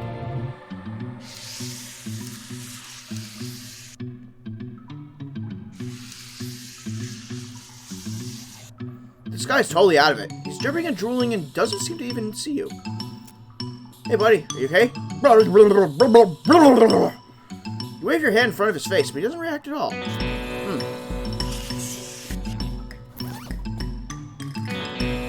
As you place the ring on your head, two things happen. One is that it begins humming and shimmering in that weird way Elverado things shimmer. And the other is that you suddenly feel as if you put earplugs in your brain. Your thoughts get weirdly quiet. Your sense of the surrounding magical and psychic energy is almost completely muffled. I'll say it's weird, and not entirely pleasant. You take off the headband. Maybe the... Yes, put the Elverado headband on him. You put the headband on him, and he blinks rapidly, shaking his head. Oh my goodness, where am I? I'm still in the mine, uninjured and hungry, but not starving. So I can't have been here very long. Perhaps a day? Good. Well, I must have you to thank, friend. Howdy, feeling better? I should say so. Thank you for outfitting me with this remarkable device. Don't mention it. What's your name? Murray Morse, excavator of the unknown and purveyor of mysteries. Fancy. What brings you to this mine? Why, excavating the unknown for mysteries to purvey, of course. Or at least attempting to. I must admit that until you put this device on me, I was quite overcome. Overcome? Quite. I'm oversensitive to psychic emanations, you see. Always have been. As it happens, this curious little hole is absolutely overflowing with them. And they're none too friendly. I can tell you that for certain. It was risky business going down here, but I took the gamble and lost. It's a miraculous thing that you happened by when you did, my friend. We should both get out of here as soon as possible. I've been staying in a town called Dirtwater. To the south. You could probably do some good business purveying mysteries there. A capital idea! Then I shall see you there. He hefts his pack onto his shoulder and leaves with a wave. See you later, Murray. let's go see Murray.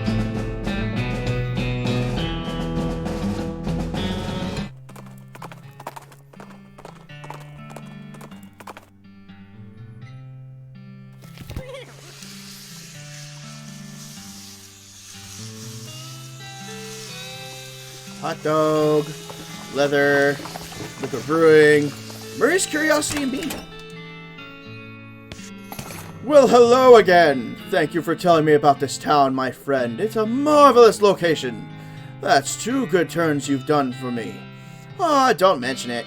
Speaking of which, here's your curious headband back. Fortune willing, I won't be needing it again. No more gambles like that for me. You got back the El Vibrato headband. Why is it so dark in here? Atmosphere, my friend. I sell mysteries, things which cannot be properly experienced in the cold light of day. Why not? Well, it wouldn't be any fun. Okay. Where's all your merchandise? In the locked case behind me. These are things that must be kept from prying eyes and unprepared minds. And thieving hands? Well, that goes without saying. Gotcha. Let's see what you got.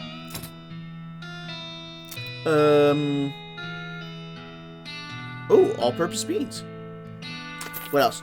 Glass sphere. Golden scarab pin. Ooh. Magician's pants. Oh my god, I'm getting all mysticality stuff. And I can't buy it because I have no money. I do want to put that pin on.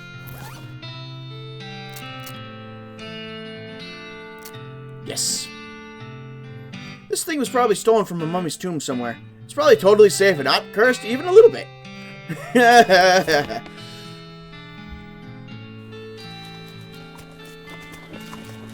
Alright, it's almost 10 minutes or so before I finish, so I think I'm gonna call it here. So, let us see who we can raid for the night.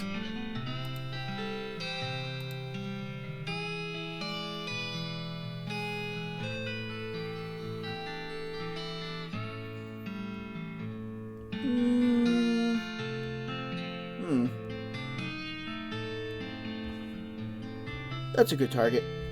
I don't get to raid them too often. Oh, and they're still doing Luigi's Mansion 3.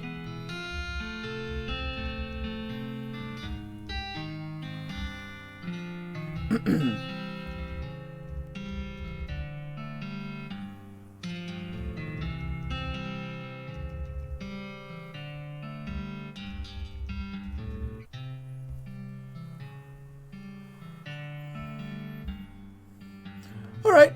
So, until next time, for West of Loathing, I will see you all later, and you all have a good night or good day. And, yeah, I hope everything's good for you.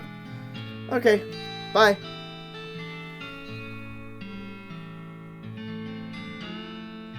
Oh, you're totally fine, Ruru. I don't mind if you just listen or you chat. It's up to you. You do you.